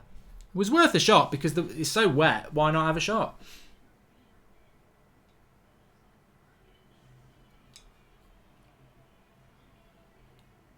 It was a crap shot, Matthew Pipe, I agree, but it was worth a shot. Right, let's have a look at what's happening in the stats in the first 15 minutes. Links in the video description. Make sure you give the OneFootball app a download. You can follow the team that you support, like Manchester United. If you go into the match itself, you can get all your stats in there. 50-50 possession, really. Well, it's slightly in West Ham's favour. One shot on goal. That was Matic's shot. One corner. 50-50 in most things. I always like to look at the total passes. Both teams have played about 100 passes each. So they're basically just cancelling each other out. It's a very, very equal game.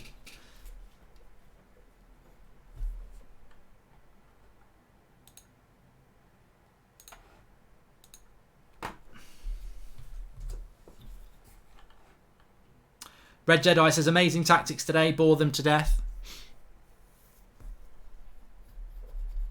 Thanks everyone for tuning in, by the way. I know I always do say that, but just to let you know, thanks for tuning in. Big day, big game of football today. I will be doing Chelsea versus Liverpool on That's Football if you want to join me for that one as well. Ozzy Montana says, my dad and bro love to banter you, but I love you. So there you go. I'm not bothered. I'm not bothered about a bit of banter.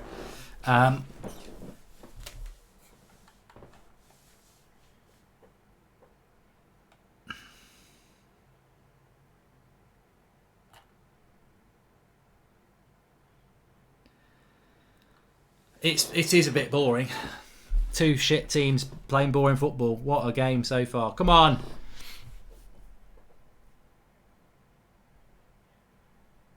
I mean, Matic is actually playing forward passes. Here we go. Dan James has surely got the pace there. He's giving a corner away.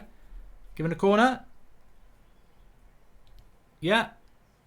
Yeah. Corner to United. This could be an opportunity. If we can put a decent cross in at some point, we've got to see Harry Maguire getting on the end of a corner. This might be one of our best chances today here. Nice little ball into Dan James. I thought he was going to get away there, but fair play to the fullback for West Ham. He kept up with him and he knocked it out for a corner. Get in there, Maguire. It's Ashley Young on corners. I don't understand why. Why does Andreas Pereira play then? Because he ain't quick. He ain't particularly good at anything, but he has got good set-piece delivery, but he doesn't take corners. Ashley Young hanging it up. Terrible. No one anywhere near it, but we'll get another corner. No, we won't. It's not going to go for a corner. It's gone for a throw-in. Crap corner. Why is Pereira not taking corners?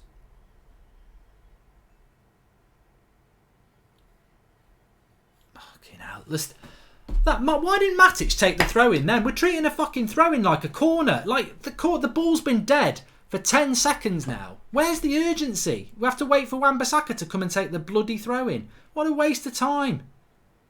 Get some urgency into the game. Well done, McTominay. Keep going. Have a free kick. No, he says get up.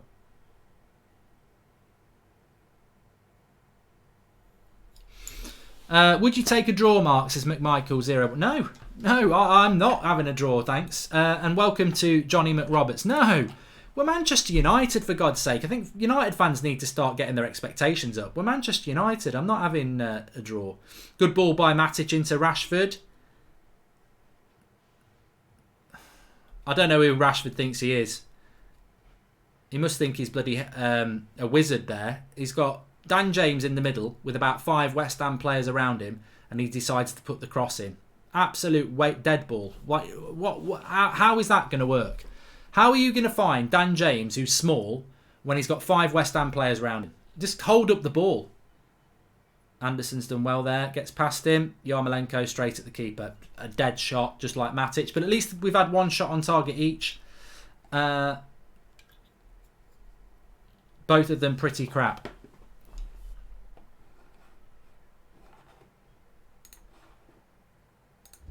Just everyone, if you want to have a look at the bench there. Romero, Twanthebe, Rojo, Fred, Lingard, Chong and Gomez. No Greenwood today. He's got tonsillitis. So, yeah, disappointing. You know, you get 1 or 2 injuries and United are really struggling at the moment, aren't they? How are we 4th, says Ozzy Montana. I think, to be honest, we're in 4th place because the league's crap, isn't it? Apart from Man City and Liverpool, the league is pretty crap. You know, Spurs have lost again, haven't they? Yeah, look at Arsenal drawing with Watford. Here we go, Rashford's in. You've got to do something from here. Rashford! Oh, what the bloody hell are you doing? Oh, that is pants. That is absolutely pants from Rashford. He gets away, he's quick, he's running in on goal and gets caught up. Like, I mean, it's not a great. He's not running through centrally, he's running through from the wing, but he's got to do better than that. I don't know. I don't know what he's doing there. He's a fast player. He's got the ball in front of him. He should be getting a shot away and it gets stuck under his feet. Wan-Bissaka cross comes in. Oh, what a defensive header that was. I thought Rashford was going to get a header there. Corner. Bit better from United though. Good cross from Wan-Bissaka. See, that's what I'm talking about. That's what I'm talking about with Rashford against Southampton. That's a very good cross from Wan-Bissaka. The centre-back is moving and anticipating it, and Rashford's on his arse. He's waiting for it to come to him. If you are a striker, you will always be told, get on your feet in the box, get moving around. He's waiting for the cross to come to him. He doesn't make any movement in the box. This is why all the crosses against Southampton from Dan James and Wan-Bissaka, they were good balls and no one was near them because Rashford doesn't move in the box. He just stands still waiting for the ball to come to him. He's got to move in the box. I can't believe Ole Gunnar Solskjaer's not getting this into him. Bit of pressure here from United though. If Rashford was offside, it wouldn't have been a corner, Giorgio. He did look a little bit offside, but it wasn't. Rashford ball watching. Yeah, he doesn't make any movement in the box, and that's something you can coach. And Ole Gunnar Solskjaer was brilliant at it, so I don't know why he doesn't move. I mean, yeah, you know what? We've got here's a corner anyway.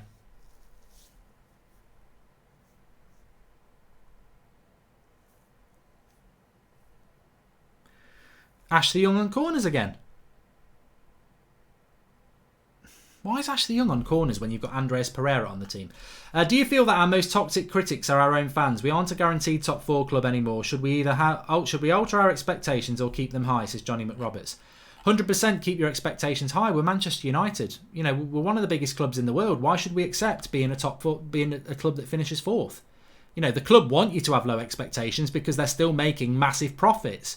But the lower the expectations are. If you accept low expectations, then that means you're going to accept crap transfer windows, not buying midfielders, not replacing Herrera, but the money's still coming in exactly the same.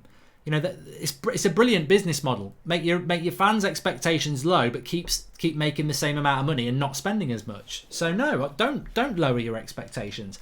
The fans are the only people who can keep the bloody expectations high. John O'Brien says that Matic is actually our best player so far. Exactly, says everything, doesn't it? Because he's played a few passes forward. He's still an absolute donkey, and he's the best player on the pitch. Good cross by McTominay. Not enough movement in the box again.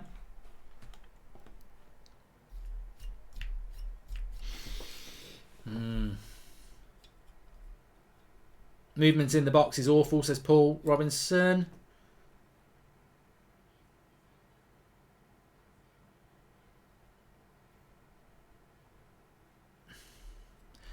I think selling Lukaku was very, very good business for Manchester United. But I've said it a few times.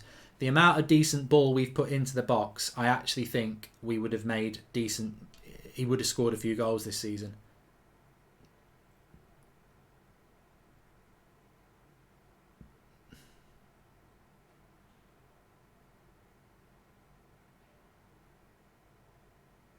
You see what we have to do because Ashley Young's taking corners. Ashley Young's at right back and Wan-Bissaka's at left back because we can't switch them at the moment because Young's had to go over to that side to take a corner.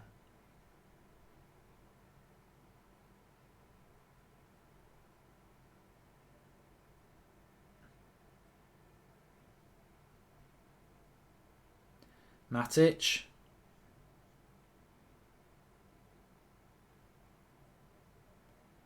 There's definitely an instruction gone out to Matic in the midfield to play more forward passes, which is good. West Ham on the attack here.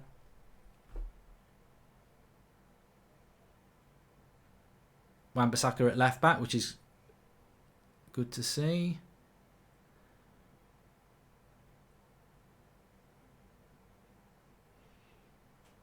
Yarmolenko stands Matic up. Cleared by Maguire.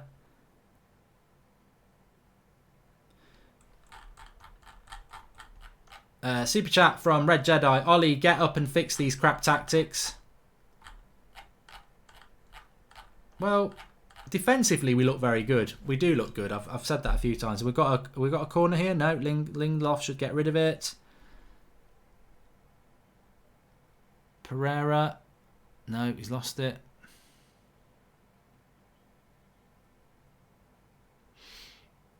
Careful here. Dinks up to the back post. Get rid of it, Young. That's a throw in to West Ham. It's funny when people say Rashford has no confidence. I'm not surprised with how the fans always put him down, says Nazrin. No, mate. So basically, we're living in a world now where football fans can't be critical. Football fans have been critical for like however long football's been around, over 100 years. These footballers are paid a lot of money.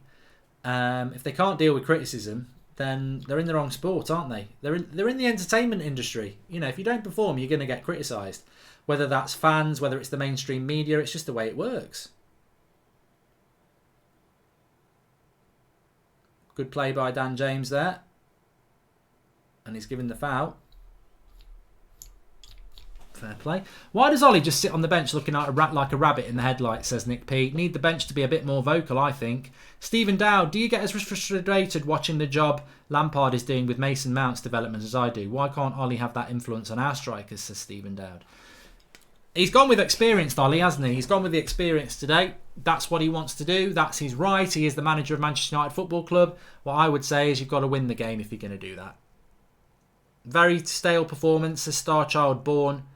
There's an opportunity for Ashley Young to take the... I don't understand why Andreas Pereira plays for Manchester United if Ashley Young's going to take every free kick and corner. Am I the only one? Am I the only one who is confused by that? And he's not. He can't even put a good cross in.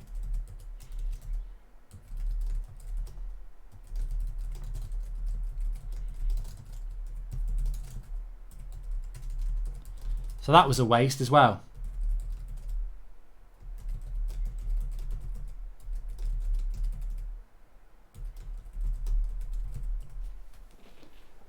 Like Andreas Pereira, his best trait is set piece delivery, and he's not took one. And we had 3 corners and 2 free kicks, and Ashley Young has took every single one.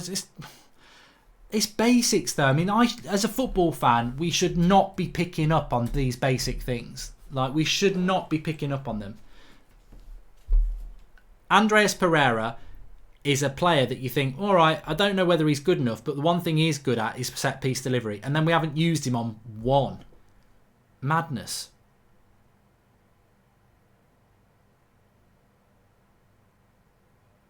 Mata plays a lot of back passes as well, doesn't he?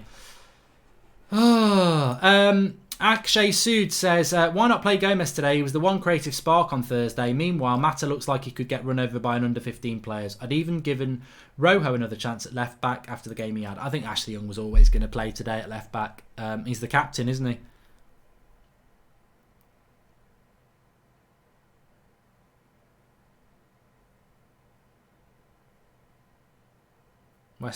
Good switch of the play there by Young into Wan-Bissaka, but Anderson's won it. West Ham don't look great, do they? That's one thing I would take as a positive from this first half an hour. I can't believe half an hour's gone. West Ham don't look that great.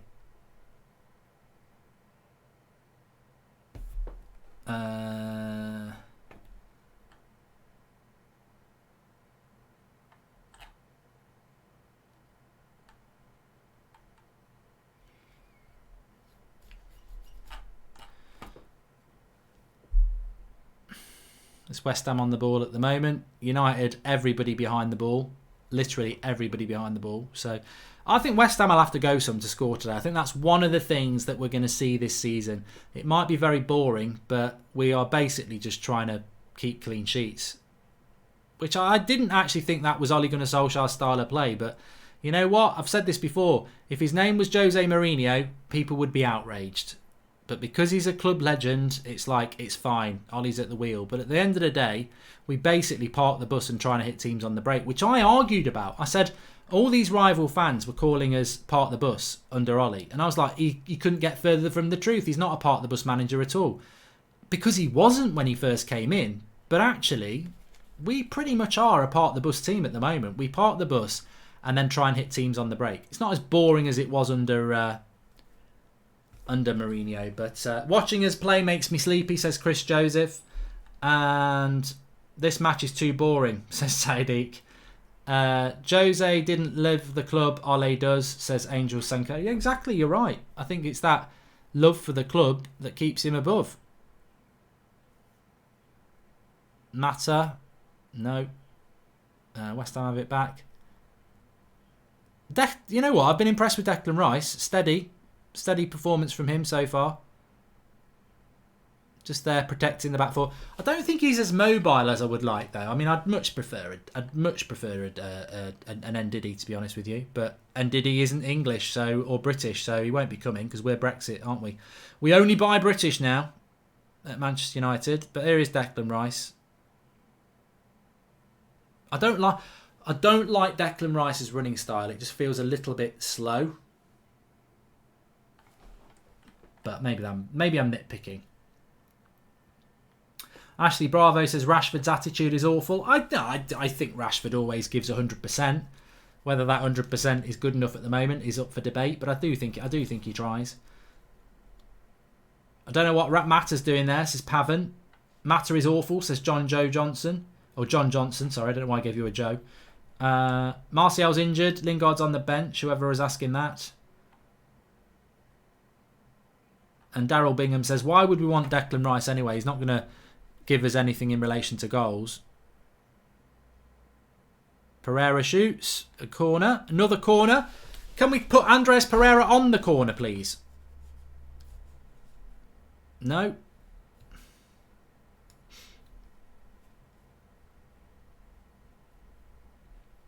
See, Rashford looks knackered because he's making a lot of runs, but Mark is so pessimistic, says Philip. I'll hold my hands up. Watch my video from last night. I'll hold my hands up. I think Manchester United should be fighting for the title every year because we are one of the biggest clubs in the world. If you're happy with what's going on at the club, then, you know, be happy. But I demand more. I'm sorry. I'm not apologetic for it. I demand more from this football club. West Ham on the counter attack here. What a tackle by Wan-Bissaka. What a tackle by Wan-Bissaka. Absolutely stunning. Absolutely stunning. Wan-Bissaka is absolutely stunning.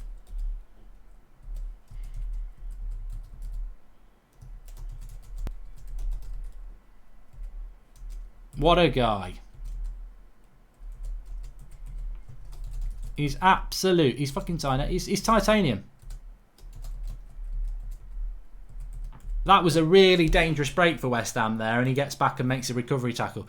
I mean, look, talking about signings of the season, you know, we can all moan about United's midfield and the attack, but you can't moan about some of the signings we made at the back, and he is just absolutely amazing. Absolutely amazing player, Wan-Bissaka. Brilliant. Matic and Mata are like the two old gits. Brutal, says Brian Murphy. And Upbeat Sartastic says, is the problem with Rashford that he's played out of position every game? What's his best role? I think many of us think that it might be as a left winger at the moment. But, you know, the thing I would say about Rashford is, as of now, Martial's injured, Greenwood's ill.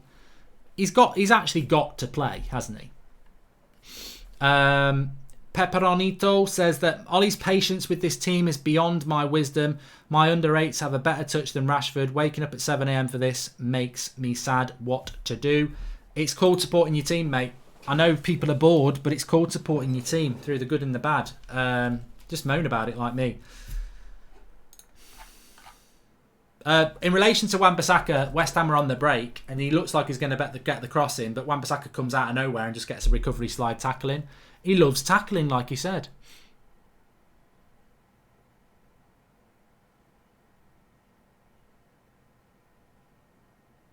That's a soft free kick by McTominay.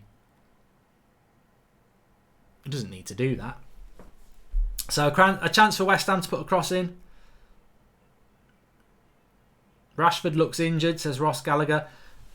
This is the danger, isn't it? If Rashford was to get injured, we're in trouble. Make sure you download the OneFootball app. Links in the video description. We've got 2 emojis that are brand new now. We've got pants. We've got a pants emoji, and we've got VAR. So if you want to get access to them, join the members club. You get a little badge next to your name as well, where it says join in and get pants and VAR as the 2 new emojis. Thanks to the Draughty Devil for that. Right, West Ham have got a chance to put a cross in. It's not a very good one. It's one of those Noble. Oh, I tell you what, they were trying to do a Paul Scholes thing there, and that's shockingly shit from United that they can dink it to Noble on the edge of the box, and he's got he's available to get a shot there. Sean Max using the pants and the VAR now. Brilliant. Okay, absolutely superb. Got a few members in the house, which is great. Stephen Diak says he hasn't got them. I've just seen them. Sean Mack has got them there. I don't know whether mine have shown up yet either. I don't know whether you need to come in and go out. I've got VAR now. I haven't got pants, so it probably takes a few minutes for them to come through for some people. Maybe refresh or something like that. But we're fast approaching half time, and I think the prediction that this game could end up as a dull affair was justified, wasn't it? Make sure you subscribe if you're new. Bottom right hand corner for that. Got a few super chats. Southpaw Love Sports says, does the Premier League do signing of the year because Wan-Bissaka should be on the list? 100% agree with you that. Mike Thomas, Rashford can't score so shouldn't be number 9, but equally his crossing is poor so shouldn't play wide. Very confusing where to play him right now. I think we just got to play him, Mike. That you can't drop a player when we've got nobody else. We're struggling to play out the offensive press because our centre midfielders are immobile, says Markey. Mata's too slow. Pereira's too slow. And Rashford's too isolated. Rashford just doesn't look right today, says Was Allen. James to score. You know what? We could get a 0-0. When was the last 0-0? I can't remember the last 0-0. You know, because even when we were getting nil ourselves, we were crap at defence. So we could get a 0-0. Ronnie Burb says, where's Greenwood? He's got tonsillitis, which happens in your throat. Let's have a look at the OneFootball app. Sponsoring us today on the Match Chat, so please do download it, support the channel. It's free to download on Apple and Android. If you want to get all your latest Manchester United news on your phone, use the OneFootball app. And statistically, I can tell you, West Ham are still shading it on possession, 52%. Aerial duels won, they've won 60% of theirs. Total shots, 2 each, 2 on target for West Ham, 1 for us, and they nearly got a shot away there. Total passes 216 to West Ham, 194 for United. Very, very, very equal game thus far. So please do download the OneFootball app where you can get all your latest news and stats. Manchester United is playing like the mid-table team that we are, says Bogdan Gavrila. I don't mind if we're like Burnley or you're like Aston Villa. And you go to West Ham and you think, it's an away game, a point's good. But Manchester United, where's the appetite to try and win the game? At some point in this game, we've got to show some intent to win it, because you start the game as a draw. If you end the game as a draw, you've not really done anything. You've just done what you started to do. I'll tell you for one, Liverpool, Man City, Arsenal, Chelsea, Spurs, they'd see West Ham away as a, all right, for the London clubs, you could say it's not bad, but effectively, what are we doing there? What a tackle that was. Recovery tackle, because Noble's about to pull the trigger. Welcome to Shankar Tamang. Ashley Young getting in there very quickly, because it's pulled back to Noble, and it's actually Dan James who gets in there. Great tackle by Dan James. I think Noble should have been booked. Alligator says, the rumour has it Woodward is looking for a new sponsor, sleep app that will help users get to sleep by showing clips of our matches.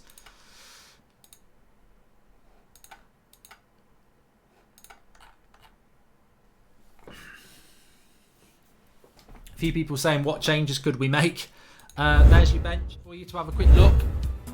Romero, Twansebi, Rojo, Fred, Lingard, Gomez and Chong. I wish we'd picked Fred today. I really do. I think it just would have given us a little bit more impetus.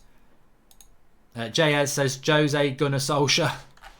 Well, there's a few people probably thinking like that. But if we get over the line and win 1-0, I mean, the reality is, I think if we could score a goal, West Ham don't look like they've got a goal in them, do they? I mean, I suppose that's the positive I would take from it, is that defensively we do look very solid. So it's all about, if we can just get a goal. It's like the Leicester game, isn't it? Make one of their defenders make a stupid mistake, score a penalty. With the Arsenal of the 80s, trying to win games 1-0.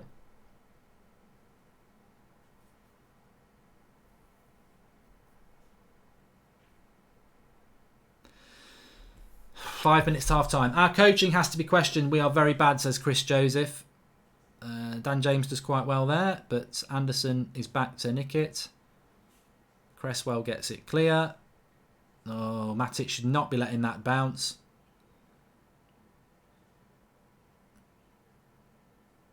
Wan-Bissaka's out of position, which is not what you want. West Ham on the attack. Oh. Still on the attack. Wide to the right. Stand him up. Just stand him up. Well done, Young. Gets a good tackle in. Momentum stocks 0-0. Most boring game ever in the Premier League history. And Ryan FTWC, it's not even funny how bad we are. No forward passes, no overlapping fullbacks, no creativity. Our only positive is our defensive line. Chester United.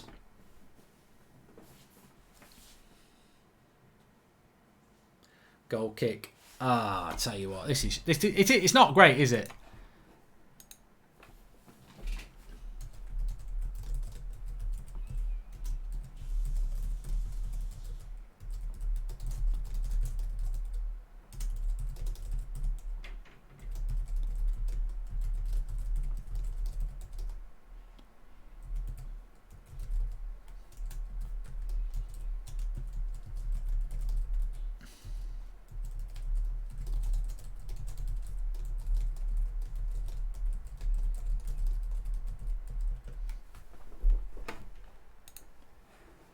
Say it how it is. I've just tweeted there. I've just said, absolutely dreadful. If this was Mourinho, fans would be uproar. It's because he's a club legend. He gets away with it. The bottom line is, we are parking the bus at West Ham and trying to hit them on the break. I mean, West Ham. Parking a bus against West Ham. It's pitiful, really. And people can say, oh, you know, Pogba and Martial are injured. But you don't change your tactics. Like, you know, you stick to your philosophy. You keep playing the same way. Like, Pep Guardiola doesn't get injuries to, like, 3 or 4 first teamers and say, right, we better park the bus at West Ham. He keeps playing the same way because it breeds familiarity with your team. You've got to have a vision. You've got to have a philosophy and you stick to it. And we're not doing that. Oh, he's past Young. Good recovery tackle. Well done. Ashley Young's actually playing well the last couple of games. You've got to admit. We literally have no idea going forward. This is on the manager mark. I'm sorry. There is absolutely no pattern to the play, says Justice O. Yarmolenko. Is it a goal? It's bloody given a goal as well. What the bloody hell is going on? Hammered. Absolutely bloody hammered. This has been coming. This has been bloody coming like a steam train. I cannot believe it. We are 1-0 down. 1-0 down to bloody West Ham. A club that sings a song about sexual activity with Michael Jackson's ex-monkey, and we are 1-0 down. He's got to be offside. He's not offside. He's onside. Bloody hell. Maguire's got to get closer than that. 1-0. It's not... Oh, you know what? Defensively, this is atrocious. This is bloody atrocious. We're meant to be better than this. Get the rhubarb out, because we need an apple crumble. That's crumble defence. It's crap. Absolutely crap. Maguire's got to be a lot closer than that. Who's gone with the runner? Ashley Young, that's your man. Yabba dabba do. Or yabba dabba don't. 1-0 down. All that defensive play to let a shit goal in like that. Crap. Absolutely crap. You know, I'm sorry. I'm absolutely... That you can't... And look, all the bloody bubbles on the pitch now. Blow me. Blow me. Bloody hell. Bloody joke. Oh, we've got a brilliant defence. Well, we haven't, have we? Because it's bloody Ashley Young again. Ashley Young letting his man go. If he lets his man go, I don't know who's at fault there. Young's man, but Maguire's not title up. If you're going to let him go, mark the bloody man, for God's sake. 1-0 down. 1-0 down. West Ham have done sod all. Oh, friggin' heck.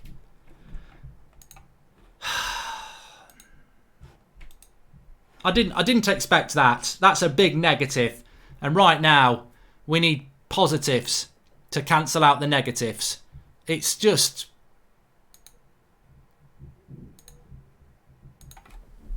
I didn't see that coming. What I actually thought was going to happen, crap performance from United, but we're going to grind it out. We'll get a penalty or something and we'll win it 1-0. But Look, Ollie, get off your fucking arse. Like, seriously, club legend or not, get off your arse. Pull the mask up. It's Mourinho in disguise. But, like, realistically, just show some passion for God's sake. You cannot complain that you are behind at half-time with that performance. It's shocking. It's absolutely shocking. Oh.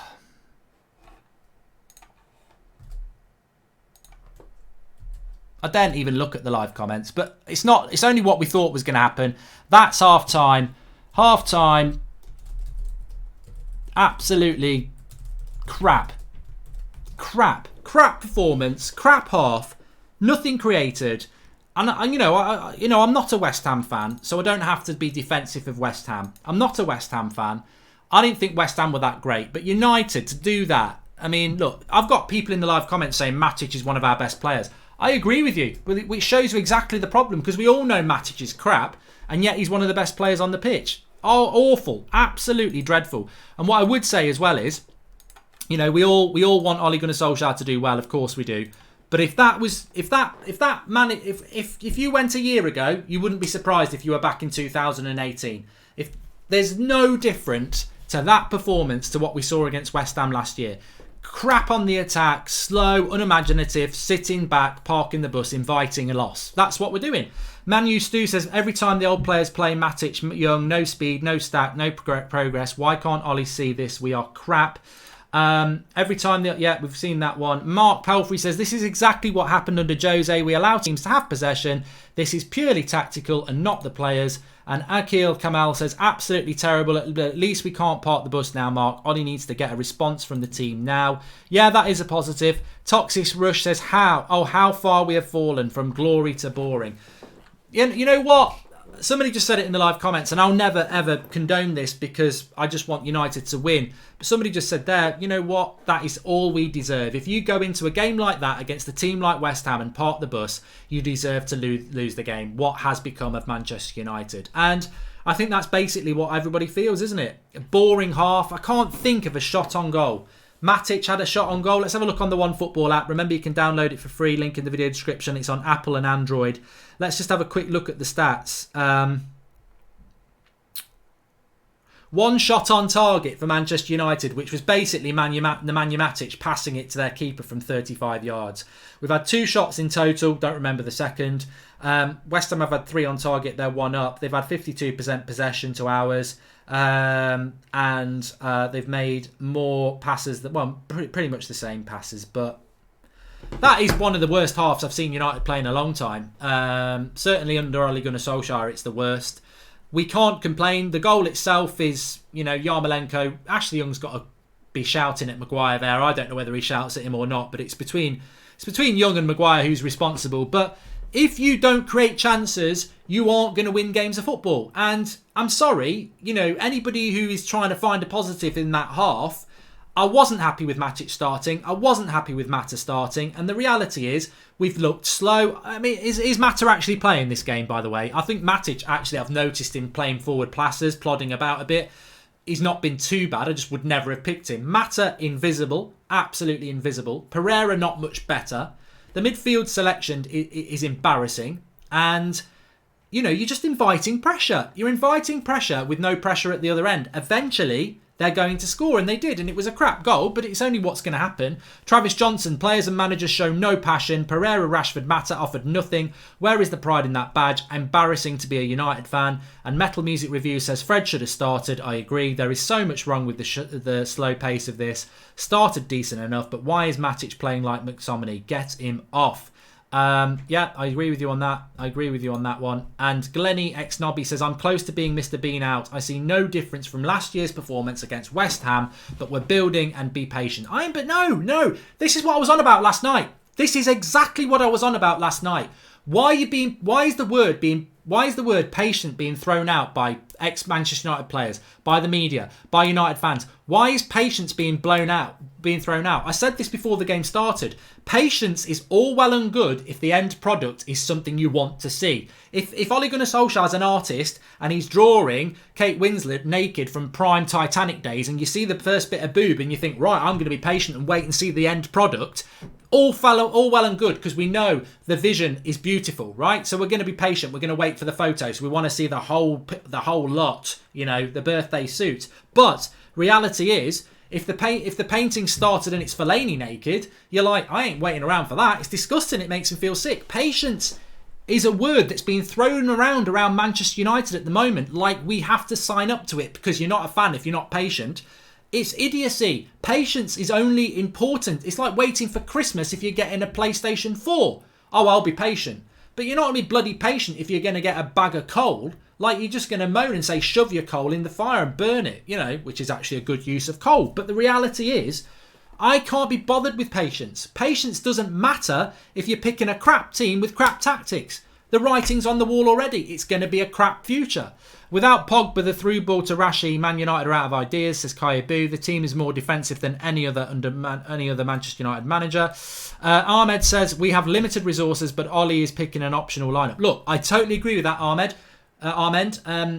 Ole Gunnar Solskjaer didn't get totally backed in the summer. He didn't get midfielders and he didn't get attackers, but ultimately he should still be doing better with the tools that he's got.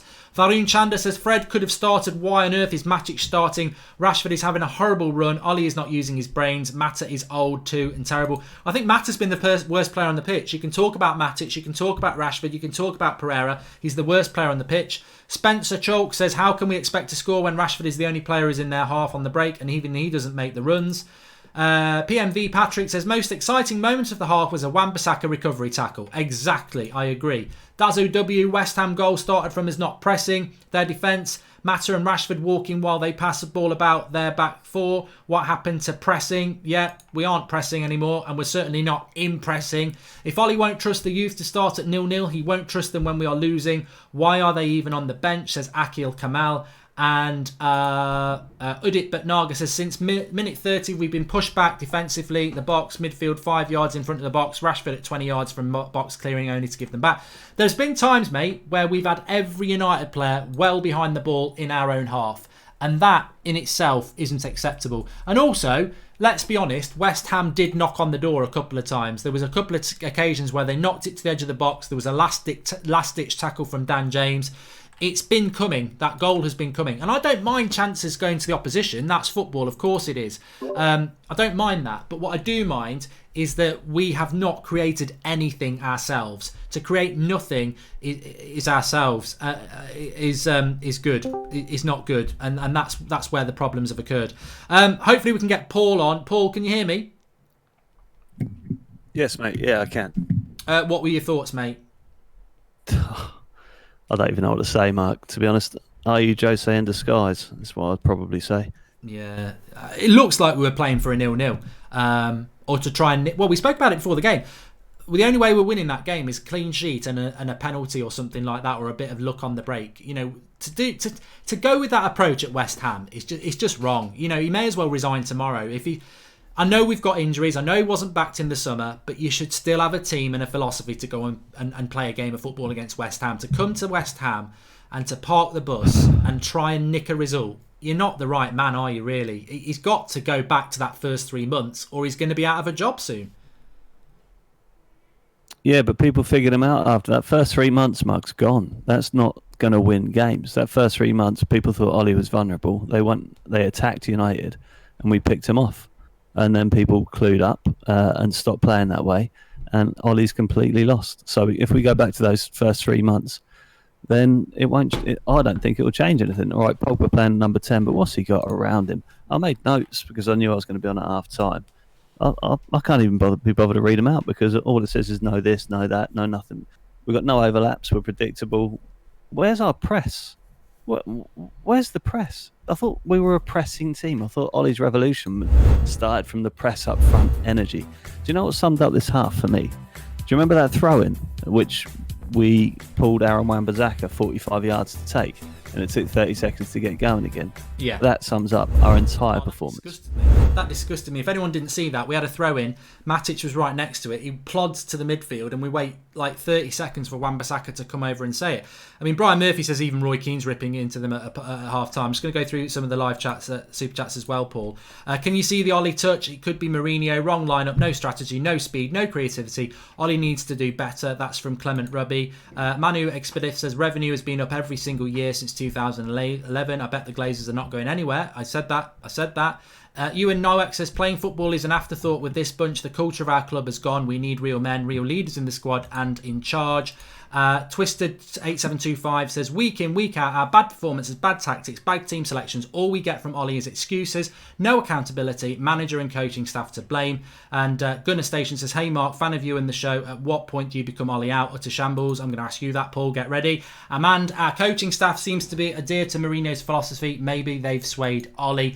Make sure you subscribe to the channel if you're new, bottom right hand corner, because we will have fan cams coming in after the game, which are going to be very interesting. We'll have a match reaction as well. Bottom right hand corner, subscribe to the channel. Paul, you can ask me this back. I'm not going to throw you totally under the fence. At what point is enough with Ole Gunnar Solskjaer? Is there any way that he can turn this around, including this game itself? I will feel different tomorrow. I always feel different the next day with a different perspective. You get emotive when you're watching a game, half-time, after the match. You know, there's a reaction to it. At the moment, I can't see Ollie turning this around because he hasn't improved. He just hasn't. We haven't improved. In January, Mark, it's going to be a year since Ollie took over. 1 year. 1 year, and we're probably still going to be playing the same team with the same football. I'm angry at the moment. What is better now than it was when Ollie took over? What? I mean, where are we going? What the hell's going on with this club from top to bottom?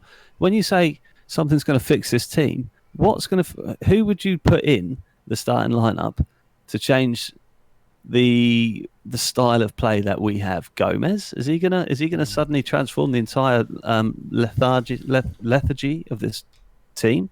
I mean, who's going to go in there and change this performance? Nobody. It doesn't matter who you put out on this pitch. If they play like that, with that energy, without any passion at all, no closing down, no press, no overlaps, no movement, long balls, we're not going to terrify anybody, and it's just a complete letdown. Sorry for being negative, but if anybody can throw a positive out apart from that one tackle from Wan-Bissaka, then please do. Sorry, I'll try not to rant then, but God. No, it's fine. I'm just going to read some chats, and then obviously I'll give you my thoughts as well. Glenny X Noby says, I'm sick of the season already, want it to be over already. It's only September, don't know why I bother playing for this pile of crap.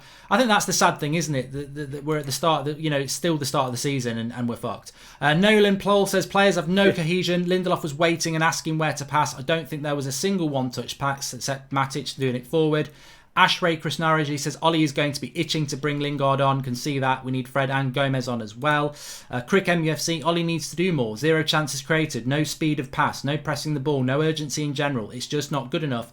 Tom Escadale says players with matches, not managers. The problem was never Van Gaal, Mourinho, Ollie. The players are just not good enough. Pep would lose with this team. I'm going to come back on that one. Fitness Unscripted says this is a mix of LVG and Jose. It's 8 months now with the squad. I'm on the brink of being Ollie out. We need a manager who players are scared of. And Great Banter says it's annoying how we aren't showing any fight, therefore West Ham aren't scared of us and they can cut through the defence like a knife through butter. I mean, my summary is going to be very quick, so I want to get back at Paul with this. But look, it's not the players. That's tactical. If we had Lampard in charge of those players, or Pep in charge of those players, or Klopp in charge of those players, we wouldn't win the league because the players aren't good enough, but we would play the style of football that Pep wants to play, Klopp wants to play, because they would imprint it. They wouldn't be good enough. They still wouldn't be good enough, but they would be better on the eye. That performance today is tactical. It is coaching. It is. I don't care what anybody says, and I'm not Ollie out. And how I would be Ollie out is, well, look, we're going to have to go through the same process we've been through for the last 6 years. A manager will just continually get worse. He'll probably get a good result against Arsenal. Then we might lose to Newcastle again. Then you're saved by an international break. Then you come back. Liverpool wipe the floor with us, but then we win the next week. And, it rumbles on, maybe till the end of the season. I'm not Ollie out, but I'm confused, Paul. I'm really confused because you talk about that 3 months and people found him out, but it was a very definitive way of playing. It was a back four, it was a midfield three with 1 holding and 2 box to box, and it was 3 interchangeable quick players up front. You look at the way he set the team out today. All right, they might have figured him out, but it's nothing like that. It's two very slow, pragmatic CDMs. It's a very, very slow past it number 10. It's a very slow right winger who's not a right winger. It's a very quick, inexperienced left winger, and it's an out of form striker. That is nothing like the pressing, high intensity team that we were in the first 3 months. That's the confusing thing for me. Is all right, you might have been found out. Pep hasn't been found out. Lampard's might have been found out. Klopp might get found out every now and again, like he did against Napoli, but he won't change his tactics completely. He'll tweak them so that he doesn't get found out again. He's totally ripped up what he was doing as a manager. Like, it's nothing like what we were playing in the first 3 months. There's no high press. There's no lots of chances. There's no urgency. It's odd. It's really odd. Yeah, anyway, second half's about to kick off. We'll have to review it more, because we're kicking. Well, no, we're kicking off. So I'll see if we improve this half. What I would say is, if Ollie didn't make any changes at half time, he's gutless, because if you can't make changes at half time after that, then you've just got no bottle and you're a people pleaser. And if you're a people pleaser, I've been in management, I've tried the people pleasing route, I changed because it eventually fell apart. It doesn't work. And I think that's what's happening to Ollie. It's a big, bold statement, but we'll watch the second half, and I'll catch you up later, Mark. I'll get you on for the last 10 minutes as usual, Paul. All right. Cheers, pal. Speak to you in a bit. No substitutions at all from Ollie, which is obviously very disappointing. Make sure you subscribe to the channel if you're new, because fan cams are going to be very interesting afterwards. As always, I'll do my match reaction as well. He should have made some substitutions. I really do think so. Let's not sleep on this game and reanalyse this calmly tomorrow. We're crap now and we'll be crap in the morning. I'm not sure about Ollie's tactics at all, says Nick P.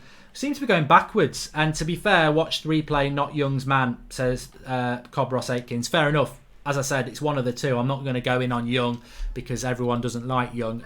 I think ultimately Maguire might have been culpable. But I thought it was Yarmolenko who scored, and that is Young's man, but I'll look at it more afterwards. Great banter. The gap between Young and Maguire when West Ham scored was bigger than the gap between my two front teeth. Defensively, that's really poor. That is poor. I think are there still fans who think we're better without Pogba, says Texas C. You've just reminded me of something I wanted to say as well. In relation to Pogba and Martial, anybody who says we'd be doing better with those two players, I agree. I do agree we'd be doing better if we had those two players. But on the other hand, Martial up front in this game wouldn't get the service. So, he can't do it all on his own. Rashford nearly did quite well there. And we nearly got in. Rashford can't do it all on his own. And on top of that, Paul Pogba. We've seen Pogba playing for Manchester United before. So, is Paul Pogba going to be the man that comes through and consistently gets this team back on track? I don't know.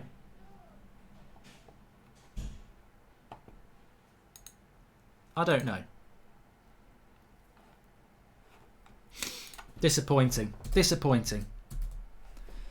Anyway, let's see what we can do in the second half. No substitutions at half time, I think isn't good enough, but there you go. Great banter. We read that one. Alligator says, when Ollie gets sacked, McKenna and Carrick need to go as well. What is the purpose at this club? The United legend nepotism, DNA crap has to end. And Udit Batnaga says, we needed players. It is last year's team with less options. Only we signed 3 players, but more players are injured. Klopp and Pep took time to adjust. Chance for United. Oh! Dan, it's Mata. Oh, what a chance. Pereira crosses it in. And Juan Mata, I'm looking at the net to bulge. It's their best bit of play all game. Lovely play. Pereira showing what a cross he can put in. It's a lovely cross. And Mata, I need to see it from behind. Is it difficult?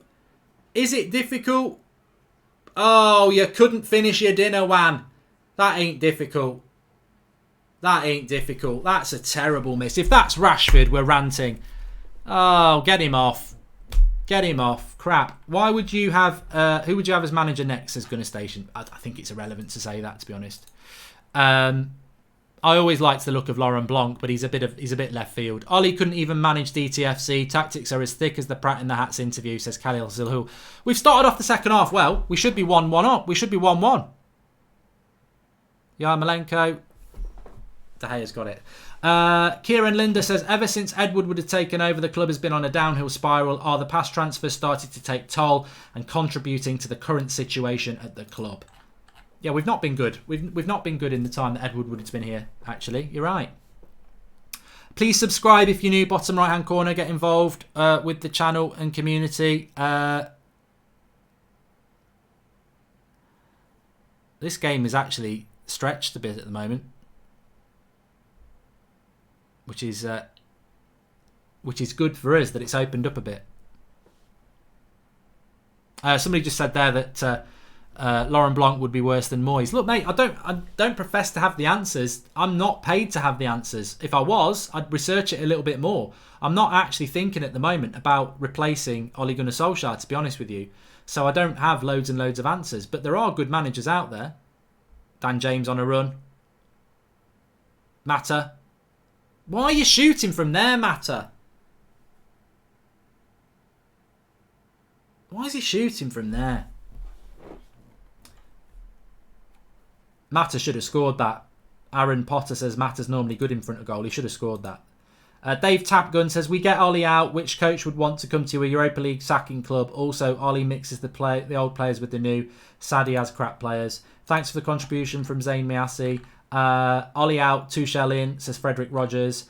And Southpaw Love Sports. I see a lot of other fans calling us United fans spoiled and a bunch of whiners, but I say a fan base should expect the best and hold the organisation they cheer for and spend money on accountable. Yeah, I agree.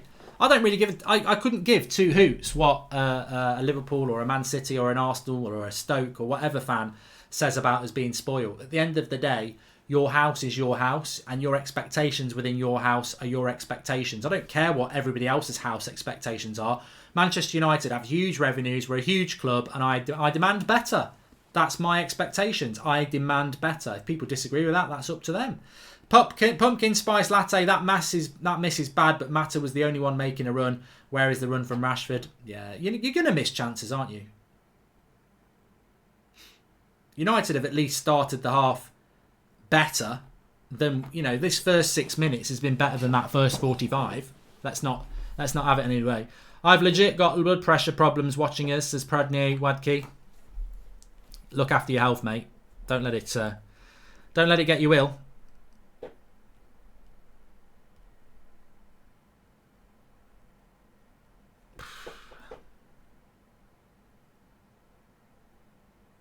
I think the hardest thing is that West Ham aren't even that good. They're not that good. And, it doesn't surprise me that West Ham beat, Man City came and beat them 5-0. And I think that Chelsea will probably do the same. They're not that good.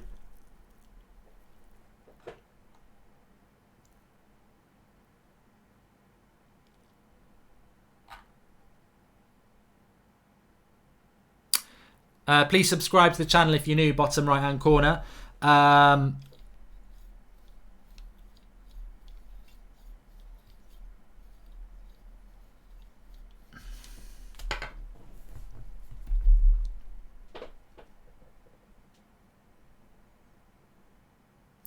The disappointing thing for me is if we are going to turn this game around, it's not a good point. Like, West Ham is not a good point for a team that wants to finish in the top four.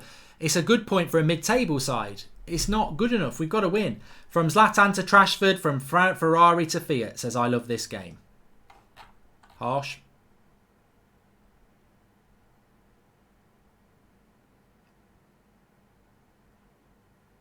I think anybody talking about a new coach, what a ball that is by Anderson, by the way. I think anybody talking about a new coach, you're very wide of the mark. There is no...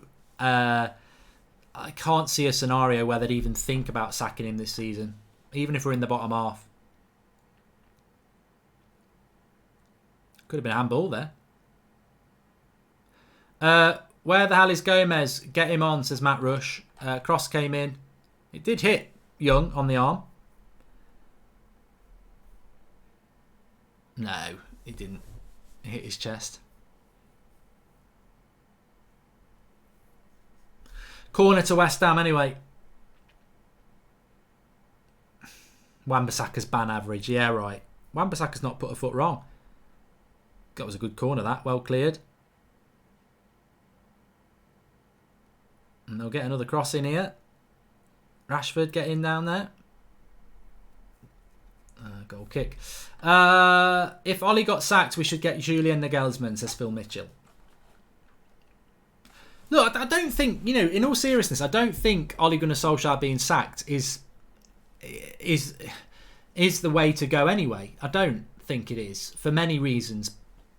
What we need to see is, and I was saying it to Paul when he came on at half-time, we're so far removed from the team that he had when he first came to the club. Get back to playing that way. And if you lose playing that way, then at least it's entertaining. But get back to playing that way of playing football. Like, I said there's such a contrast between how we played in the first 3 months when we were unbeatable to how we play now. He doesn't play that midfield three anymore. He doesn't play one holding player with two box-to-box. He plays as two holding midfielders. There's no speed in the team. There's no intensity in the team. It's so different in so many different ways.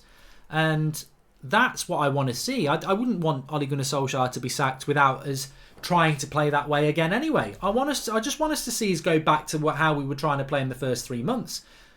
Because there is no formation that can get solved and done over so quickly. Wan-Bissaka with another good tackle there and a corner. He's brilliant, Wan-Bissaka. He absolutely is.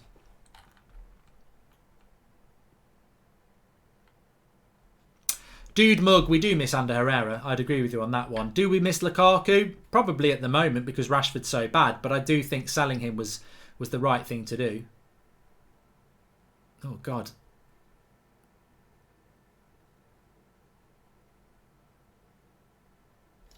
Trying to break there. I think this game's not... The second half's not as boring as the first half. Whoever that was who said they're bored.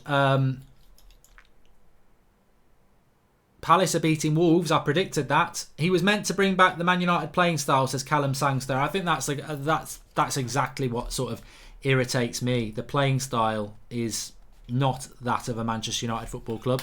Here's Dan James on the break. Why is he even crossing it there? Rashford does get on the end of it, but he's got to get in the box quicker there. It is a good cross, but there's nobody in the box. Pereira, Mata.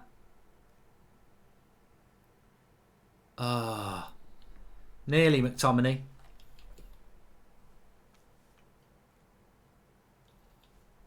Red Irish Ohio says put Chong, Gomez and Fred on.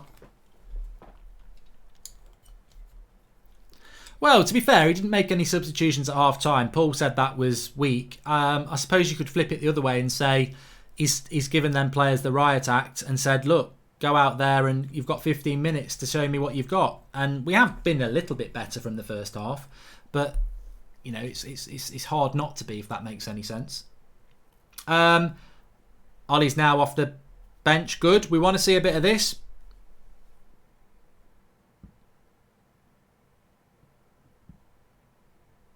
Bloody hell. What was I going to say? Yeah, I know what I was going to say. If you're watching Chelsea versus Liverpool later, I am doing a watch along on That's Football. You can join me on That's Football live at 4:30 for that one. So we were doing a watch along on that one as well, where I think we'll see a much better game of football, to be honest with you. If United could just get a goal back in the next sort of 10 minutes, we might be able to go and get the 3 points.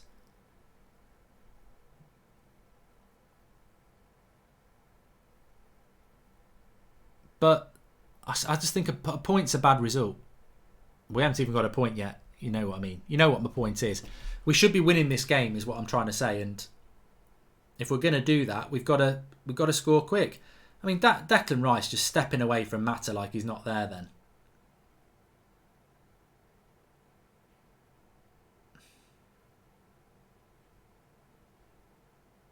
See, this is good from United. McTominay, he needs a runner. Where's his runner? He needed a runner there. I mean, people will say that's poor from McTominay, but you got 3 players doing silly little runs, and now Rashford's down. Doesn't fancy it.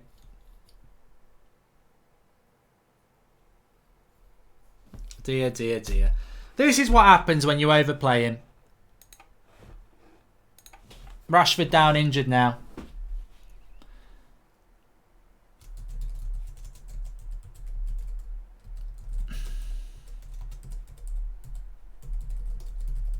What a surprise when you just keep playing as a 21-year-old week in, week out.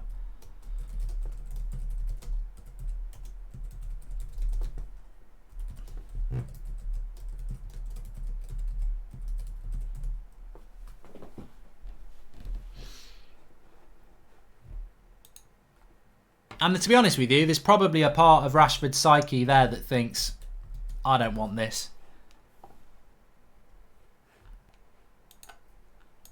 Wan-Bissaka has to take care of the whole right side alone from attacking to defence. The team needs to pace to press. Mata and Matic need to go out. That was from Naveen Nazari. Frederick Rogers, Manchester United is averaging 1 point per game. If Ollie doesn't get the sack, then Manchester United is heading for relegation. And Udit Bhutnagar says, imagine Martial playing as bad as Rashford. Sacking Ollie won't improve our midfield. Fred has been culprit with his heavy touch a couple of times. Do you know that Fred's not playing, mate? Just a little note that Fred's not playing. As you picked it out, he seems knackered after 30 minutes, says Gold Piece Prosperity. Look, whatever you say about Marcus Rashford, and he's out of form, he's been overplayed for about 8 months. And he's coming off. And that's poor management as well. That is piss poor management. He's been overplayed for 8 months. 8 months he's been playing Saturday, Wednesday, Sunday, Tuesday, England duty. It's been going on for too bloody long. You can't play him every bloody game. And that, you know what? I don't feel sorry for the coaching staff. I don't feel sorry for the management for that, because you can't, you know, there are some things you are unlucky on. You are not unlucky when a player gets injured, when you just don't ever give him a break. And now we've got nobody up front, and we just look stupid. We haven't got a striker now. We actually do not have a striker. Greenwood's ill, Martial's injured, Rashford's injured. So sick of players kicking out without head injury, says X-Ice Cold XX. Rashford's off.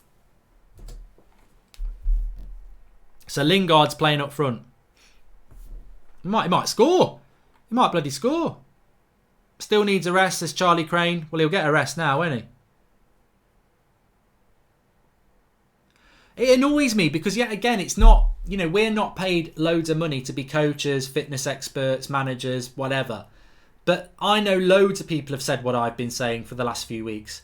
Whatever you think about Marcus Rashford, he shouldn't be playing anyway. He needs a rest. Saved by De Gea. Could have been 2-0. What a save.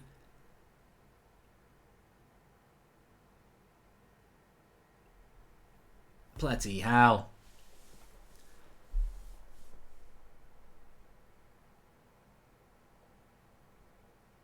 Well, it's probably a routine save, to be honest, but I think the cutback was more there for Anderson. Straight at De Gea's knee. Now our main striker is a 17-year-old. This club is mind-boggling, says Spitfire Dubstep 13. I think Rashford, with that injury, he can't play against Rochdale.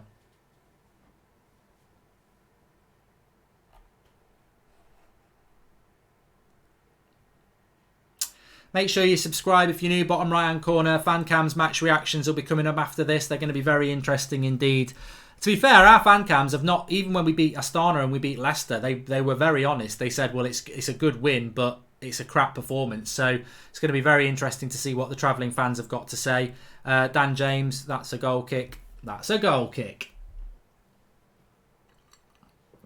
Greenwood was left outside, Ali, because he's got a tonsillitis.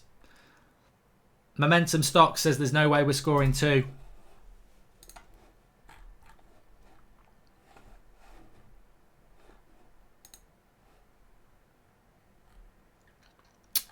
I think the sad thing is, everybody who said you should never appoint a caretaker manager because you get a bounce and then you get mayhem is being proved right. You know, what has anybody got the stats on, like, what our points have been since last March in the league? It must be absolutely dreadful. Absolutely dreadful. And the scary thing is, if we were to lose this game today, we'd be on 8 points with 2 games to the next international break.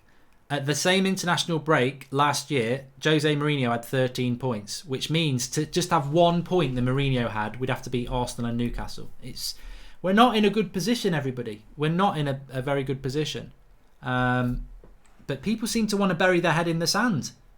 I predicted this last night on the video. I said, we're a crap side. And, you know, you've got Matic trying to be Messi now.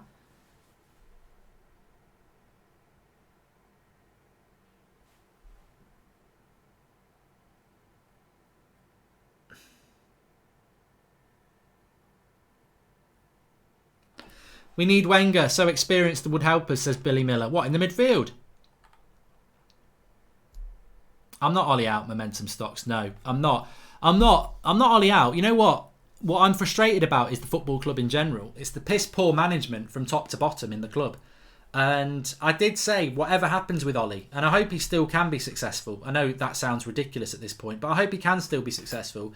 But I don't think there's any purpose in being Ole Gunnar Solskjaer out, because we've had 4 managers then, 4 managers in 6 years. You've got to start looking at what somebody said in the first half. Like, Ed Woodward has been a total failure. He took over after Sir Alex Ferguson had won the title. He's been in charge through all of this, and he should be sacked. Woodward should be sacked. Like, not, you know, whether Ollie gets sacked or not, Woodward should be sacked. The worst part is our board are happy with this, says Red Jedi. Yeah, and Ed Woodward presides over it like Mr. Untouchable, because he gets brand deals with Tampax and whatever. And the reality is, he should be sacked. Like, he's been chief executive on 6 years of utter failure for one of the biggest clubs in the world. Like, accountability starts at the top. We're 65 minutes in. Where's Fred? Exactly. In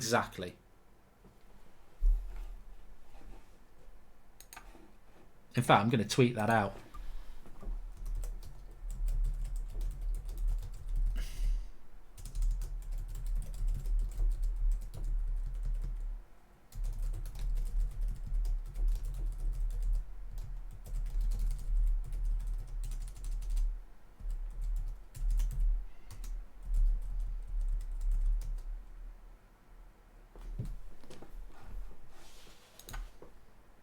McTominay. Feed it to Wan-Bissaka. Back post cross. Nearly. And Anderson's away now. And West Ham looking to break. Not with any real intensity. United have got a lot of players back here. Mark Noble into Haller. Keeper's got it. Okay. The Musk says, Mark, I think I want Ollie out now. Matic and Mata, please. Pereira has done nothing to warrant a start. Poch will get the respect from the board. And Kieran Lindner says, that point I made earlier has been proven. They get rid of Lukaku and Sanchez and don't replace them. The entire club is in crisis. Liam Garner says, Ollie has averaged 1.19 points per game since March. And I imagine that's quite bad.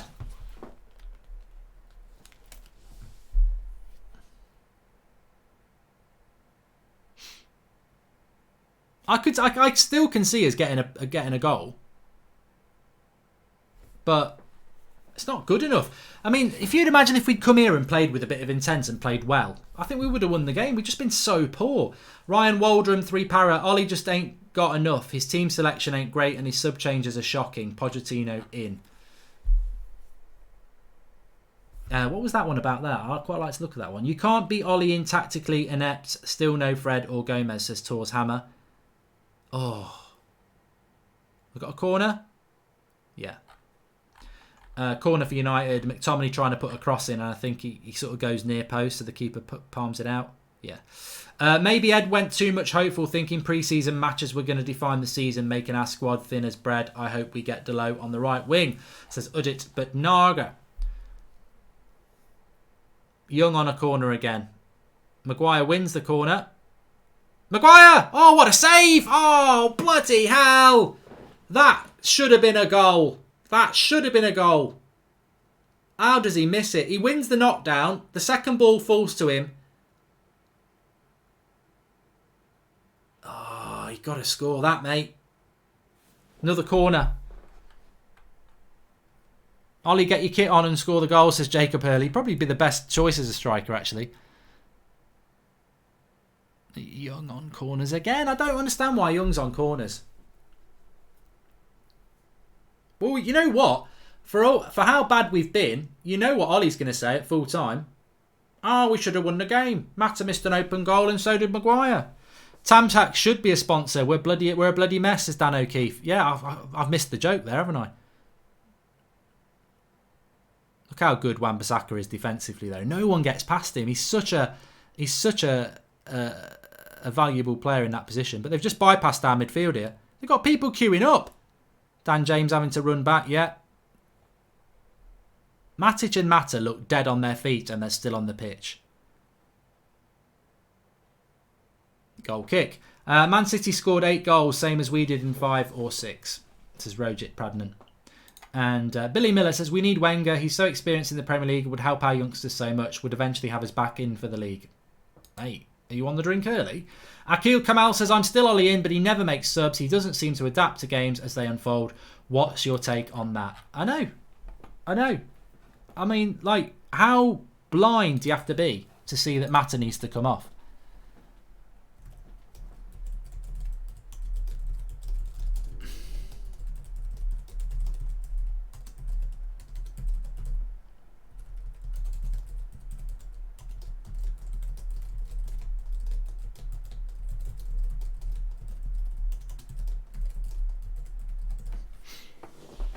I don't know why he won't make any subs. You know, he clearly has got no faith in youth players at all, has he? Let's be honest. He really hasn't. Hi Elf Lagalas says, United fans deluded. Poch in is a worse position with 6 years with the team and he spent massive money this summer. The biggest delusional fan is Rance. Oh, having a little dig at Rance. I don't know whether... I think Rance might be at the away game, so you can watch his fan cam if you like. 70 minutes. Fred's coming on. Should have started. Matic off. Should have fucking started. Never should have happened in the first place. You absolute donkey. It's not his fault though, is he? Every year we get worse and worse. Says a lot when the only thing we've got to cheer about is Wan-Bissaka, says Lee Hallowell. I mean, I think you could end the conversation for man of the match now. It's got to be Wan-Bissaka, hasn't it? He's just been the only positive yet again. West Ham coming forward though. Yarmolenko up against Young. Cuts inside. It's alright. We've got it sorted.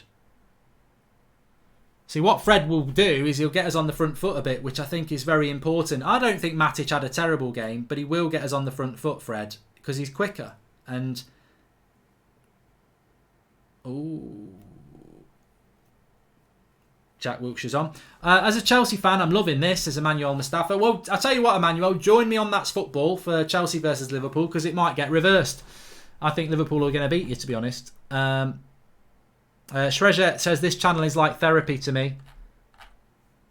I wish I felt the same, mate. I mean, look, you know what? I'm sort of like, what's going to be will be in the next 20 minutes, but in my match reaction, I'm just going to be very honest like I was at 8 o'clock last night. And I feel like I should have got the lottery numbers last night, because when I did the 8 o'clock show last night, the video got like 500 dislikes on it. And all I actually said is, I'm not standing for this level of lowering expectations from the club. It's not just about not spending money. The tactics aren't good enough. The football's not good enough. The vision's not good enough. I don't know what the philosophy is. I don't know what the best 11 is. It's just a convoluted mess. And a lot of people didn't like that. But here we are 24 hours later, and we're watching that mess in reality. And you're like, you know, what is going on? I mean, are we just going to hide behind the fact that the club legend's in charge? Or are we going to be actually accountable? Can we remind Jose in the Sky Sports studio that we lost this game 3-1 last season, says Craig Warby. I thought we lost 3-2.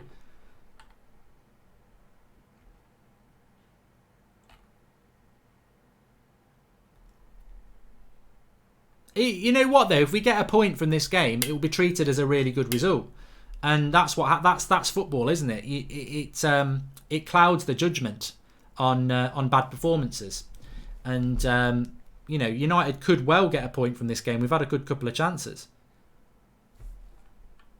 Akshay Sood says that, can anyone really say this is really surprising anymore? This isn't a blip. Games like these have become quite common. Ollie's at the wheel and he's driving us to the ground, mate. No tactical prowess. Gold Piece Prosperity. Why the heck has Ollie got to sub in good players in at the 70th minute time again? It's doing my head in. Make sure you download the OneFootball app. Links in the video description for this. Just going to have a quick look at the stats on there. It's a free app on Apple and Android. You can get all your stats on there. Let's see if we've improved in the second half. You can also start voting for your man of the match on there, which I really like in the last 20 minutes. So possession is still 50-50 for both sides. Obviously, it's 1-0. They've had 5 shots on target to our 3. Both teams have had 6 shots in total. Passers-wise, 3-7. It's very equal. You know, passes and possession, very, very equal. But you can also, when you go into the match, you can vote for your man of the match, who is the best player. I can tell you Yarmolenko's being voted for at the moment. I'm just going to put my vote in as well. Link in the video description for that. Get voting on your man of the match though so far. Do you see a United goal coming? I can actually see us getting a point from this game, but it's not good enough. I'm not, as I said last night, I'm not gonna reward what's not good enough anymore. Red Baron says, I'm sick of this myth that smaller players are somehow worse than taller players when the reverse seems to be true. I look at City and they're a team of hobbits. Fair point.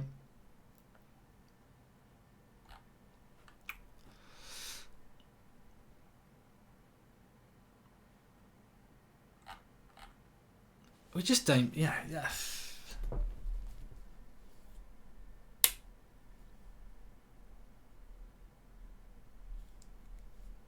I don't know. I don't actually understand how Juan Mata's still on the pitch. He physically cannot play 70 minutes, and we're keeping him on the pitch for what? He absolutely looks like he's ran 10 London marathons. He looks absolutely knackered. Wilshere wants a free kick, and he's got one. I thought the ref wasn't going to give it. It's all bloody time wasting. The apathy and complacency comes from not feeling like we can do anything, says Trevor Bristow. Marcus pointed out numerous times that we can't really do anything, but I think we need to figure out something to do. Very hard. It's very hard, mate. It's very hard. But I don't think you should be apathetic about your football club. I really don't. I think you've got to try and vent it out. You should never hold on to frustration. It's not good for you. Richard Pierce says, we are so slow in possession. Fred and Gomez should have started. On a positive, can I get a shout out for the birth of my second son, Hudson Cole? Congratulations, Richard Pierce, and your other half, Hudson Cole. Welcome to the world. I hope he's still going to support United. Don't give up on us. Don't give up on us.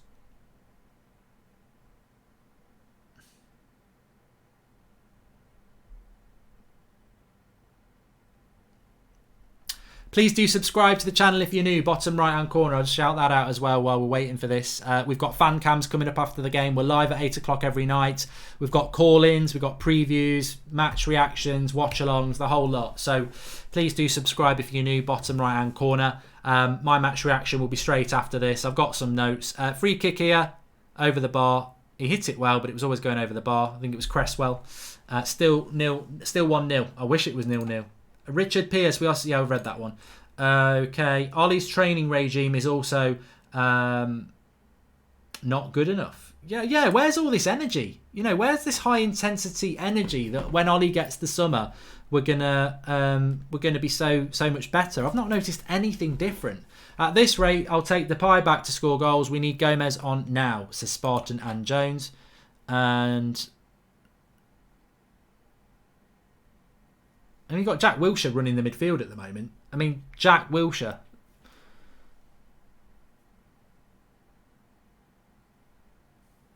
Always be United. Hopefully the owners won't, says Richard Pierce. Lingard. Oh! Would have been a bit lucky, but Lingard threads it through to Dan James. Keeper's out there very quickly, but it bounces off to Lingard, and there's too many players in the way, but he's won a corner. And we've gone short with the corner, and now we're back. We've not done anything with the corner. Fred's just passed it out for a throw-in. It's infectious.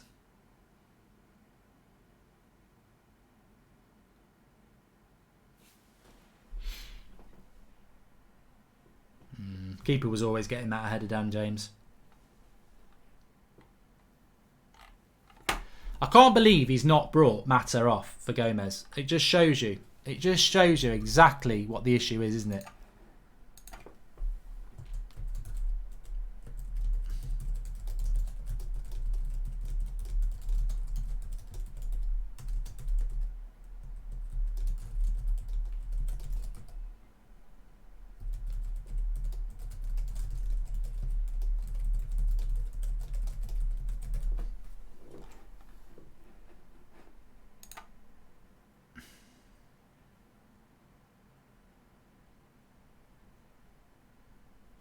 Gross spend of Manchester United, 892 million since June 2013. You would never know it, would you? We've never had such a weak squad, and we've spent 892 million.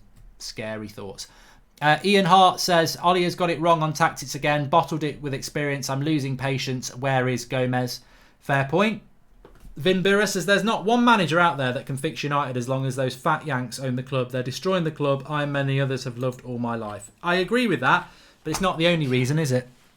Tactically, we've been shite today. It's not just about that. You are right, but it's not just about that. You know, if it was, I would, I'd be more. I really wish that was the case. But the tactical approach, the selections, the lack of identity, that was always a problem today. You know, we're fully aware of the lack of spending, but that was always a problem today. Hopefully, we'll get Paul on in a minute for the last few minutes, get his thoughts as well. United are going to have to go for this a little bit, which might mean we concede the second goal, but we've got to go for it a little bit. We've got 10 minutes. 10 minutes.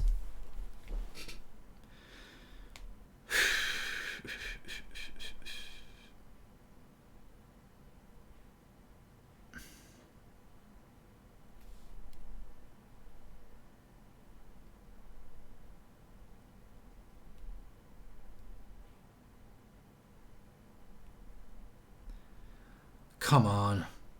Let's at least get a bloody goal. Can't be losing.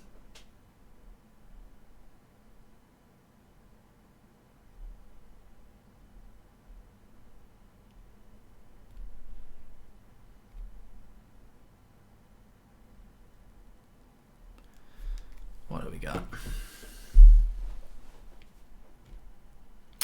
Throw in. Still, Gomez is on at last. Thank God for that.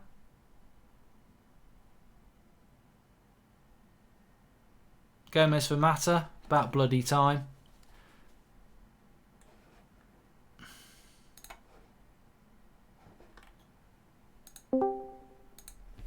At last.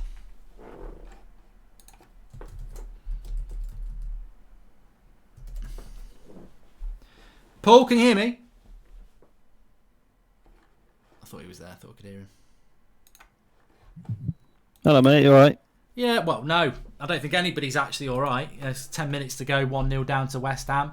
But Francis Young says we've got 3 positive signings this year. If we keep getting signings like this, we're going to get better. And Vin Burra says tactics need improvement too. He's not experienced enough to pull us through this. So people trying to still spin positives there. I think a lot of people are still trying to say it's down to the board. I said it at half-time. I'll stand by it. I think, the board are always going to be a big part of the problem. But tactically today, this is West Ham, for God's sake. It's been shocking, really. Yeah, we can't blame the board for this one, can we? The overall problem is the board. But this is Ollie. This is horrendous. You can get some positives, but in terms of the overall body of work from United, including Ollie with his tactical changes and his late substitutions, it's been, from the very first kickoff, a huge disappointment, showing no improvement and, no development. It's harsh, but I can't think of any other way of putting it, Mark. No, it is baffling. It is absolutely baffling. And we spoke about this at half-time. If no one was listening at half-time, I hope some of you were. That I can't. People say, well, why are you not Ollie out? But it's not. I still remember that first 3 months. I still remember them first 3 months, and I just think, I know you said, well, he got found out after that. I wouldn't disagree with that, but you could just tweak that system. To totally change it is crazy. Oh, what a bloody goal by West Ham, and that's it. It's gone. Cresswell, free kick, top corner. When you're down, you're down. When you're hammered, you're hammered. And look, I tell you what, there's not a lot we can say about that. It was just absolutely a superb free kick. These things happen. It is, but we shouldn't be in this position where we're 1-0 down to 2-0 down to lose it. This is ridiculous. It's gone, isn't it? That's it. It's gone. Make your excuses for Solskjaer if you want now, but it's gone. It's a good free kick. I don't think De Gea can get anywhere near it. It's up and over the wall. It's well hit. He's diving at full stretch. That's it. 3 points gone. Manchester United losing to West Ham. Stick a fork in it, Mark. I mean, Stick a fork in it. you know, where's the redemption for this? What can Ollie come out? How can he retrieve this situation with words in the presser saying that? Well, you know, it was unfortunate. We didn't have our full team. There isn't any of that. Tactics have been poor. Application's been terrible. Individual player performances mostly have been beyond reproach. So I don't really know where the excuses come from. There isn't any sign of progression and us getting better, and that's my biggest gripe. We don't look any better. We don't look like we can win, and we haven't done for 6 months. The thing is, 2-0, it doesn't, you know, when we beat Chelsea 4-0 a few weeks ago, we all knew, oh, what a great result, take that, Chelsea, but we all knew it was a false scoreline. You know, I'm not saying we didn't deserve to win, but 4-0 was, you know, and again today, 2-0 to West Ham. Probably West Ham have not got out of fourth gear. That's the scariest thing. They've not actually had to work that hard to beat us 2-0. And if you don't score goals, you don't win games. And that's pretty much been the problem with United. We don't create enough. And yeah, you know, Mata should score and Maguire should score, but I still don't think... No, we don't deserve anything. We don't. You can't say we deserve to win this. We can't say we deserve a point. Just because you're Man United and just because you should be beating West Ham, it doesn't mean you should get points against them playing in this manner. You look at Gomez. Gomez has come on. I know he hasn't done anything, but he takes 2 touches on the ball maximum, gets rid of it. Fred's always looking to play a forward pass. Okay, they don't always come off. But those sort of players should be on the pitch, not, you know, Matic in reverse, never on the half turn. I mean, there's nothing right about the team before we came out to play, and then lo and behold, when we came out to play, they played exactly how we thought they were going to play. So, well, you said it as well. How was Ollie looking at that, thinking it's going to be any different if we're not, and we don't know anything about coaching football? No, and the thing is, he didn't make any changes at half time, which you said was a bit cowardly. And I sort of said during the game, I thought, well, he might have just said to them, you've got 15 minutes to turn this around and then I'm going to make changes. But he clearly didn't say that. So I defended him, and that clearly wasn't the case, because he didn't make those changes after 15 minutes. This is a great run by Dan James. Oh, I thought he'd put it in. I mean, he's one of the only bright sparks there. He gets it, he's direct, he runs, you know, it's a good ball from Fred, what a surprise. Dan James, blitz for pace, head straight for the goal, ain't looking back, not like Rashford did in the first half, gets his shot away side netting. You know, it's not in, but at least it's a little bit of directness. He's been the only shining light. No, Aaron Wan-Bissaka. Yeah, he's brilliant. You can't get past him. He's ridiculous. He's fantastic. The 3 signings that we've made are solid. They perform very well, but they've got players around Pereira. I've been backing Pereira for years, saying we need him in the team, and he's been shocking. Yeah. He offers nothing. He's weak. He can't hold the... Saying that, Rashford's gone. There's so many things to talk about, Mark. Sorry, but Rashford overplayed, gets an injury. Perfect what you said. Surprise, surprise. But in terms of Rashford...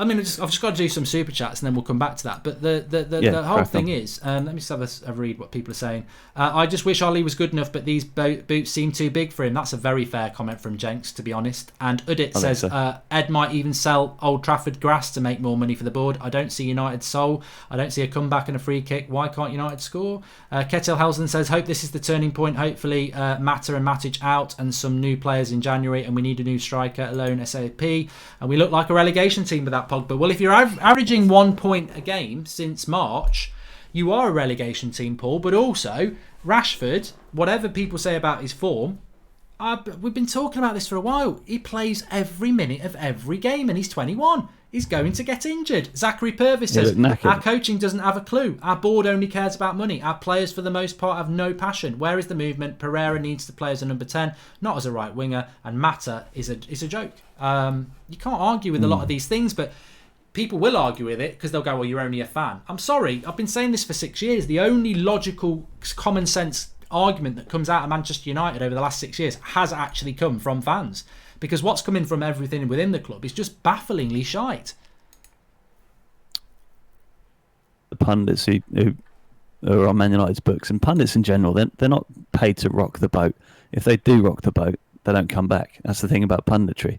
If you go full in, even though Roy Keane's a sensationalist and he's been paid just for clickbait and one-liners that they can print and press, in my opinion anyway.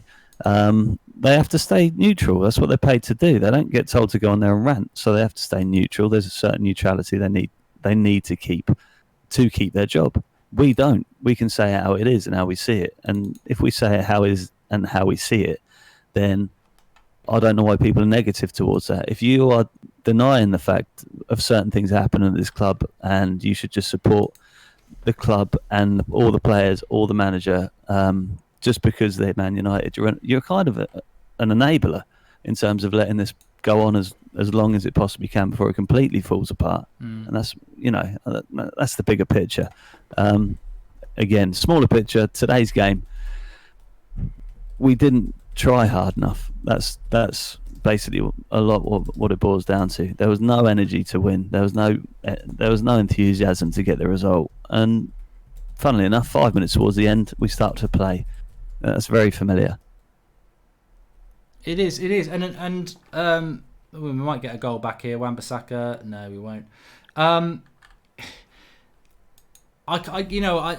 nearly said I can't wait to see what people like Gary Neville and everyone else has got to say about this, but I can wait to see it because I know what it's going to be. It's going to be, it's going to be just sticking up for your mate again, and because that's what we're used to seeing. Yeah. It's the same old, let's stick up for our mates, and you're not going to get an honest opinion because these people. Roy Keane might give an honest opinion, Mark. I think Roy probably Keane's going to go for a meal with Solskjaer in midweek, is he? The accountability's not there, and I totally agree with everybody who says anything bad about the board. That's not in question here. But you look at it, you've got to look at the immediate now. We can't sign players at the moment anyway. So moaning about the board, we know that issue. But we still have got good enough players to go out and play in the right way. We haven't done that today. We've got good enough players to beat West Ham. We haven't done that today. And a lot of, we had good enough players on the bench to come on 10 minutes into the second half. We didn't do that. We had good enough players who weren't picked and crap players who were picked. We did that. Everything about today, from that team news coming out to now, you could see it coming a mile off, and that's the frustrating thing. And that's not to do with the owners. It might be to do with the owners for appointing these coaches and these managers. But today, it's not Ollie out. But today is about, it falls on the side. He had to win today. If he picks a team like that, he's got to win. I'll try and leave the board out of it as much as possible. It's very difficult, but we know that's the problem, and we know it's something we can't fix. But there's always a question asked: Is our starting 11 good enough to beat their starting 11? And in my opinion, today it was. And therefore, it's application of the players. They can't get let off the hook. Their energy's been awful. But is it because Ollie's tactics are awful and they're not buying into it? If it is, that's a worry. Ollie's tactics, in my opinion, are awful. He's very one-dimensional. He hasn't changed a shape yet. This campaign, and we haven't really played a good game. Chelsea was, but first game of the season is always going to be a little bit different. He does his substitutions too late. He doesn't play the right players to start with, in my opinion. The most disappointing thing is, as soon as we saw that team, this is the performance I expected. And I'll say it again. Why does Ollie think any different? And he's been in management 10 years. Why does he not look at it and think this is going to be a very slow, methodical team that aren't going to be able to press and we won't be able to break with, and we won't be able to break teams down with. We need a little bit more energy, but he puts out anyway. So you've got to blame Ollie. There's a lot of this is the manager's fault. Board, okay, we know the problem.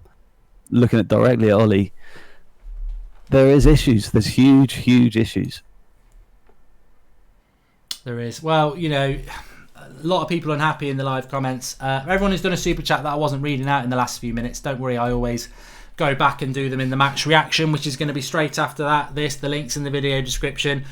I don't think people need to worry about. Andrew Rossi says, I understand that the tactics are Ollie's fault, but it's not his fault. Mata missed an open net and Maguire had a super effort. I think you're making excuses there, mate. I think you're making excuses. Enabling. People make chances. You can't go by that. Yeah, people miss chances all the time. You're just going to say we've lost the game because of Wan-Mata missing an open goal.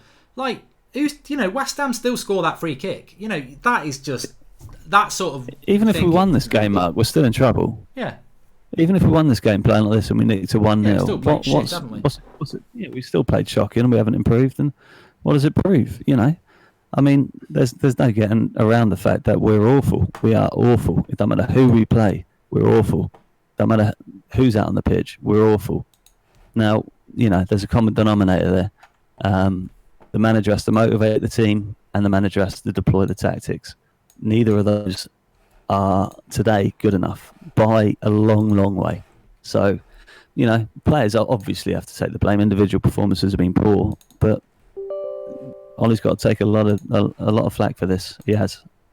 Well, thanks for coming on, Paul. That is actually the final whistle. Yes, mate. I really Good luck with your match reaction. Joining me for that, and I'll speak to you in a bit, mate.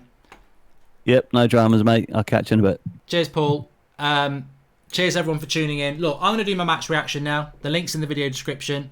You know what you're going to get because I warned you last night. I will not sit back as a Manchester United fan and accept where we are at the moment. I didn't, under any circumstances, expect us to go and do what we've just gone and done. The link is in the video description. I will see you on the match reaction. I'm going to be there in 30 seconds. Let's do it hot. Let's go for it. Let's have our say. Fucking disgusting, Manchester United Football Club. Where do we go from here? Match reaction. Link in the video description.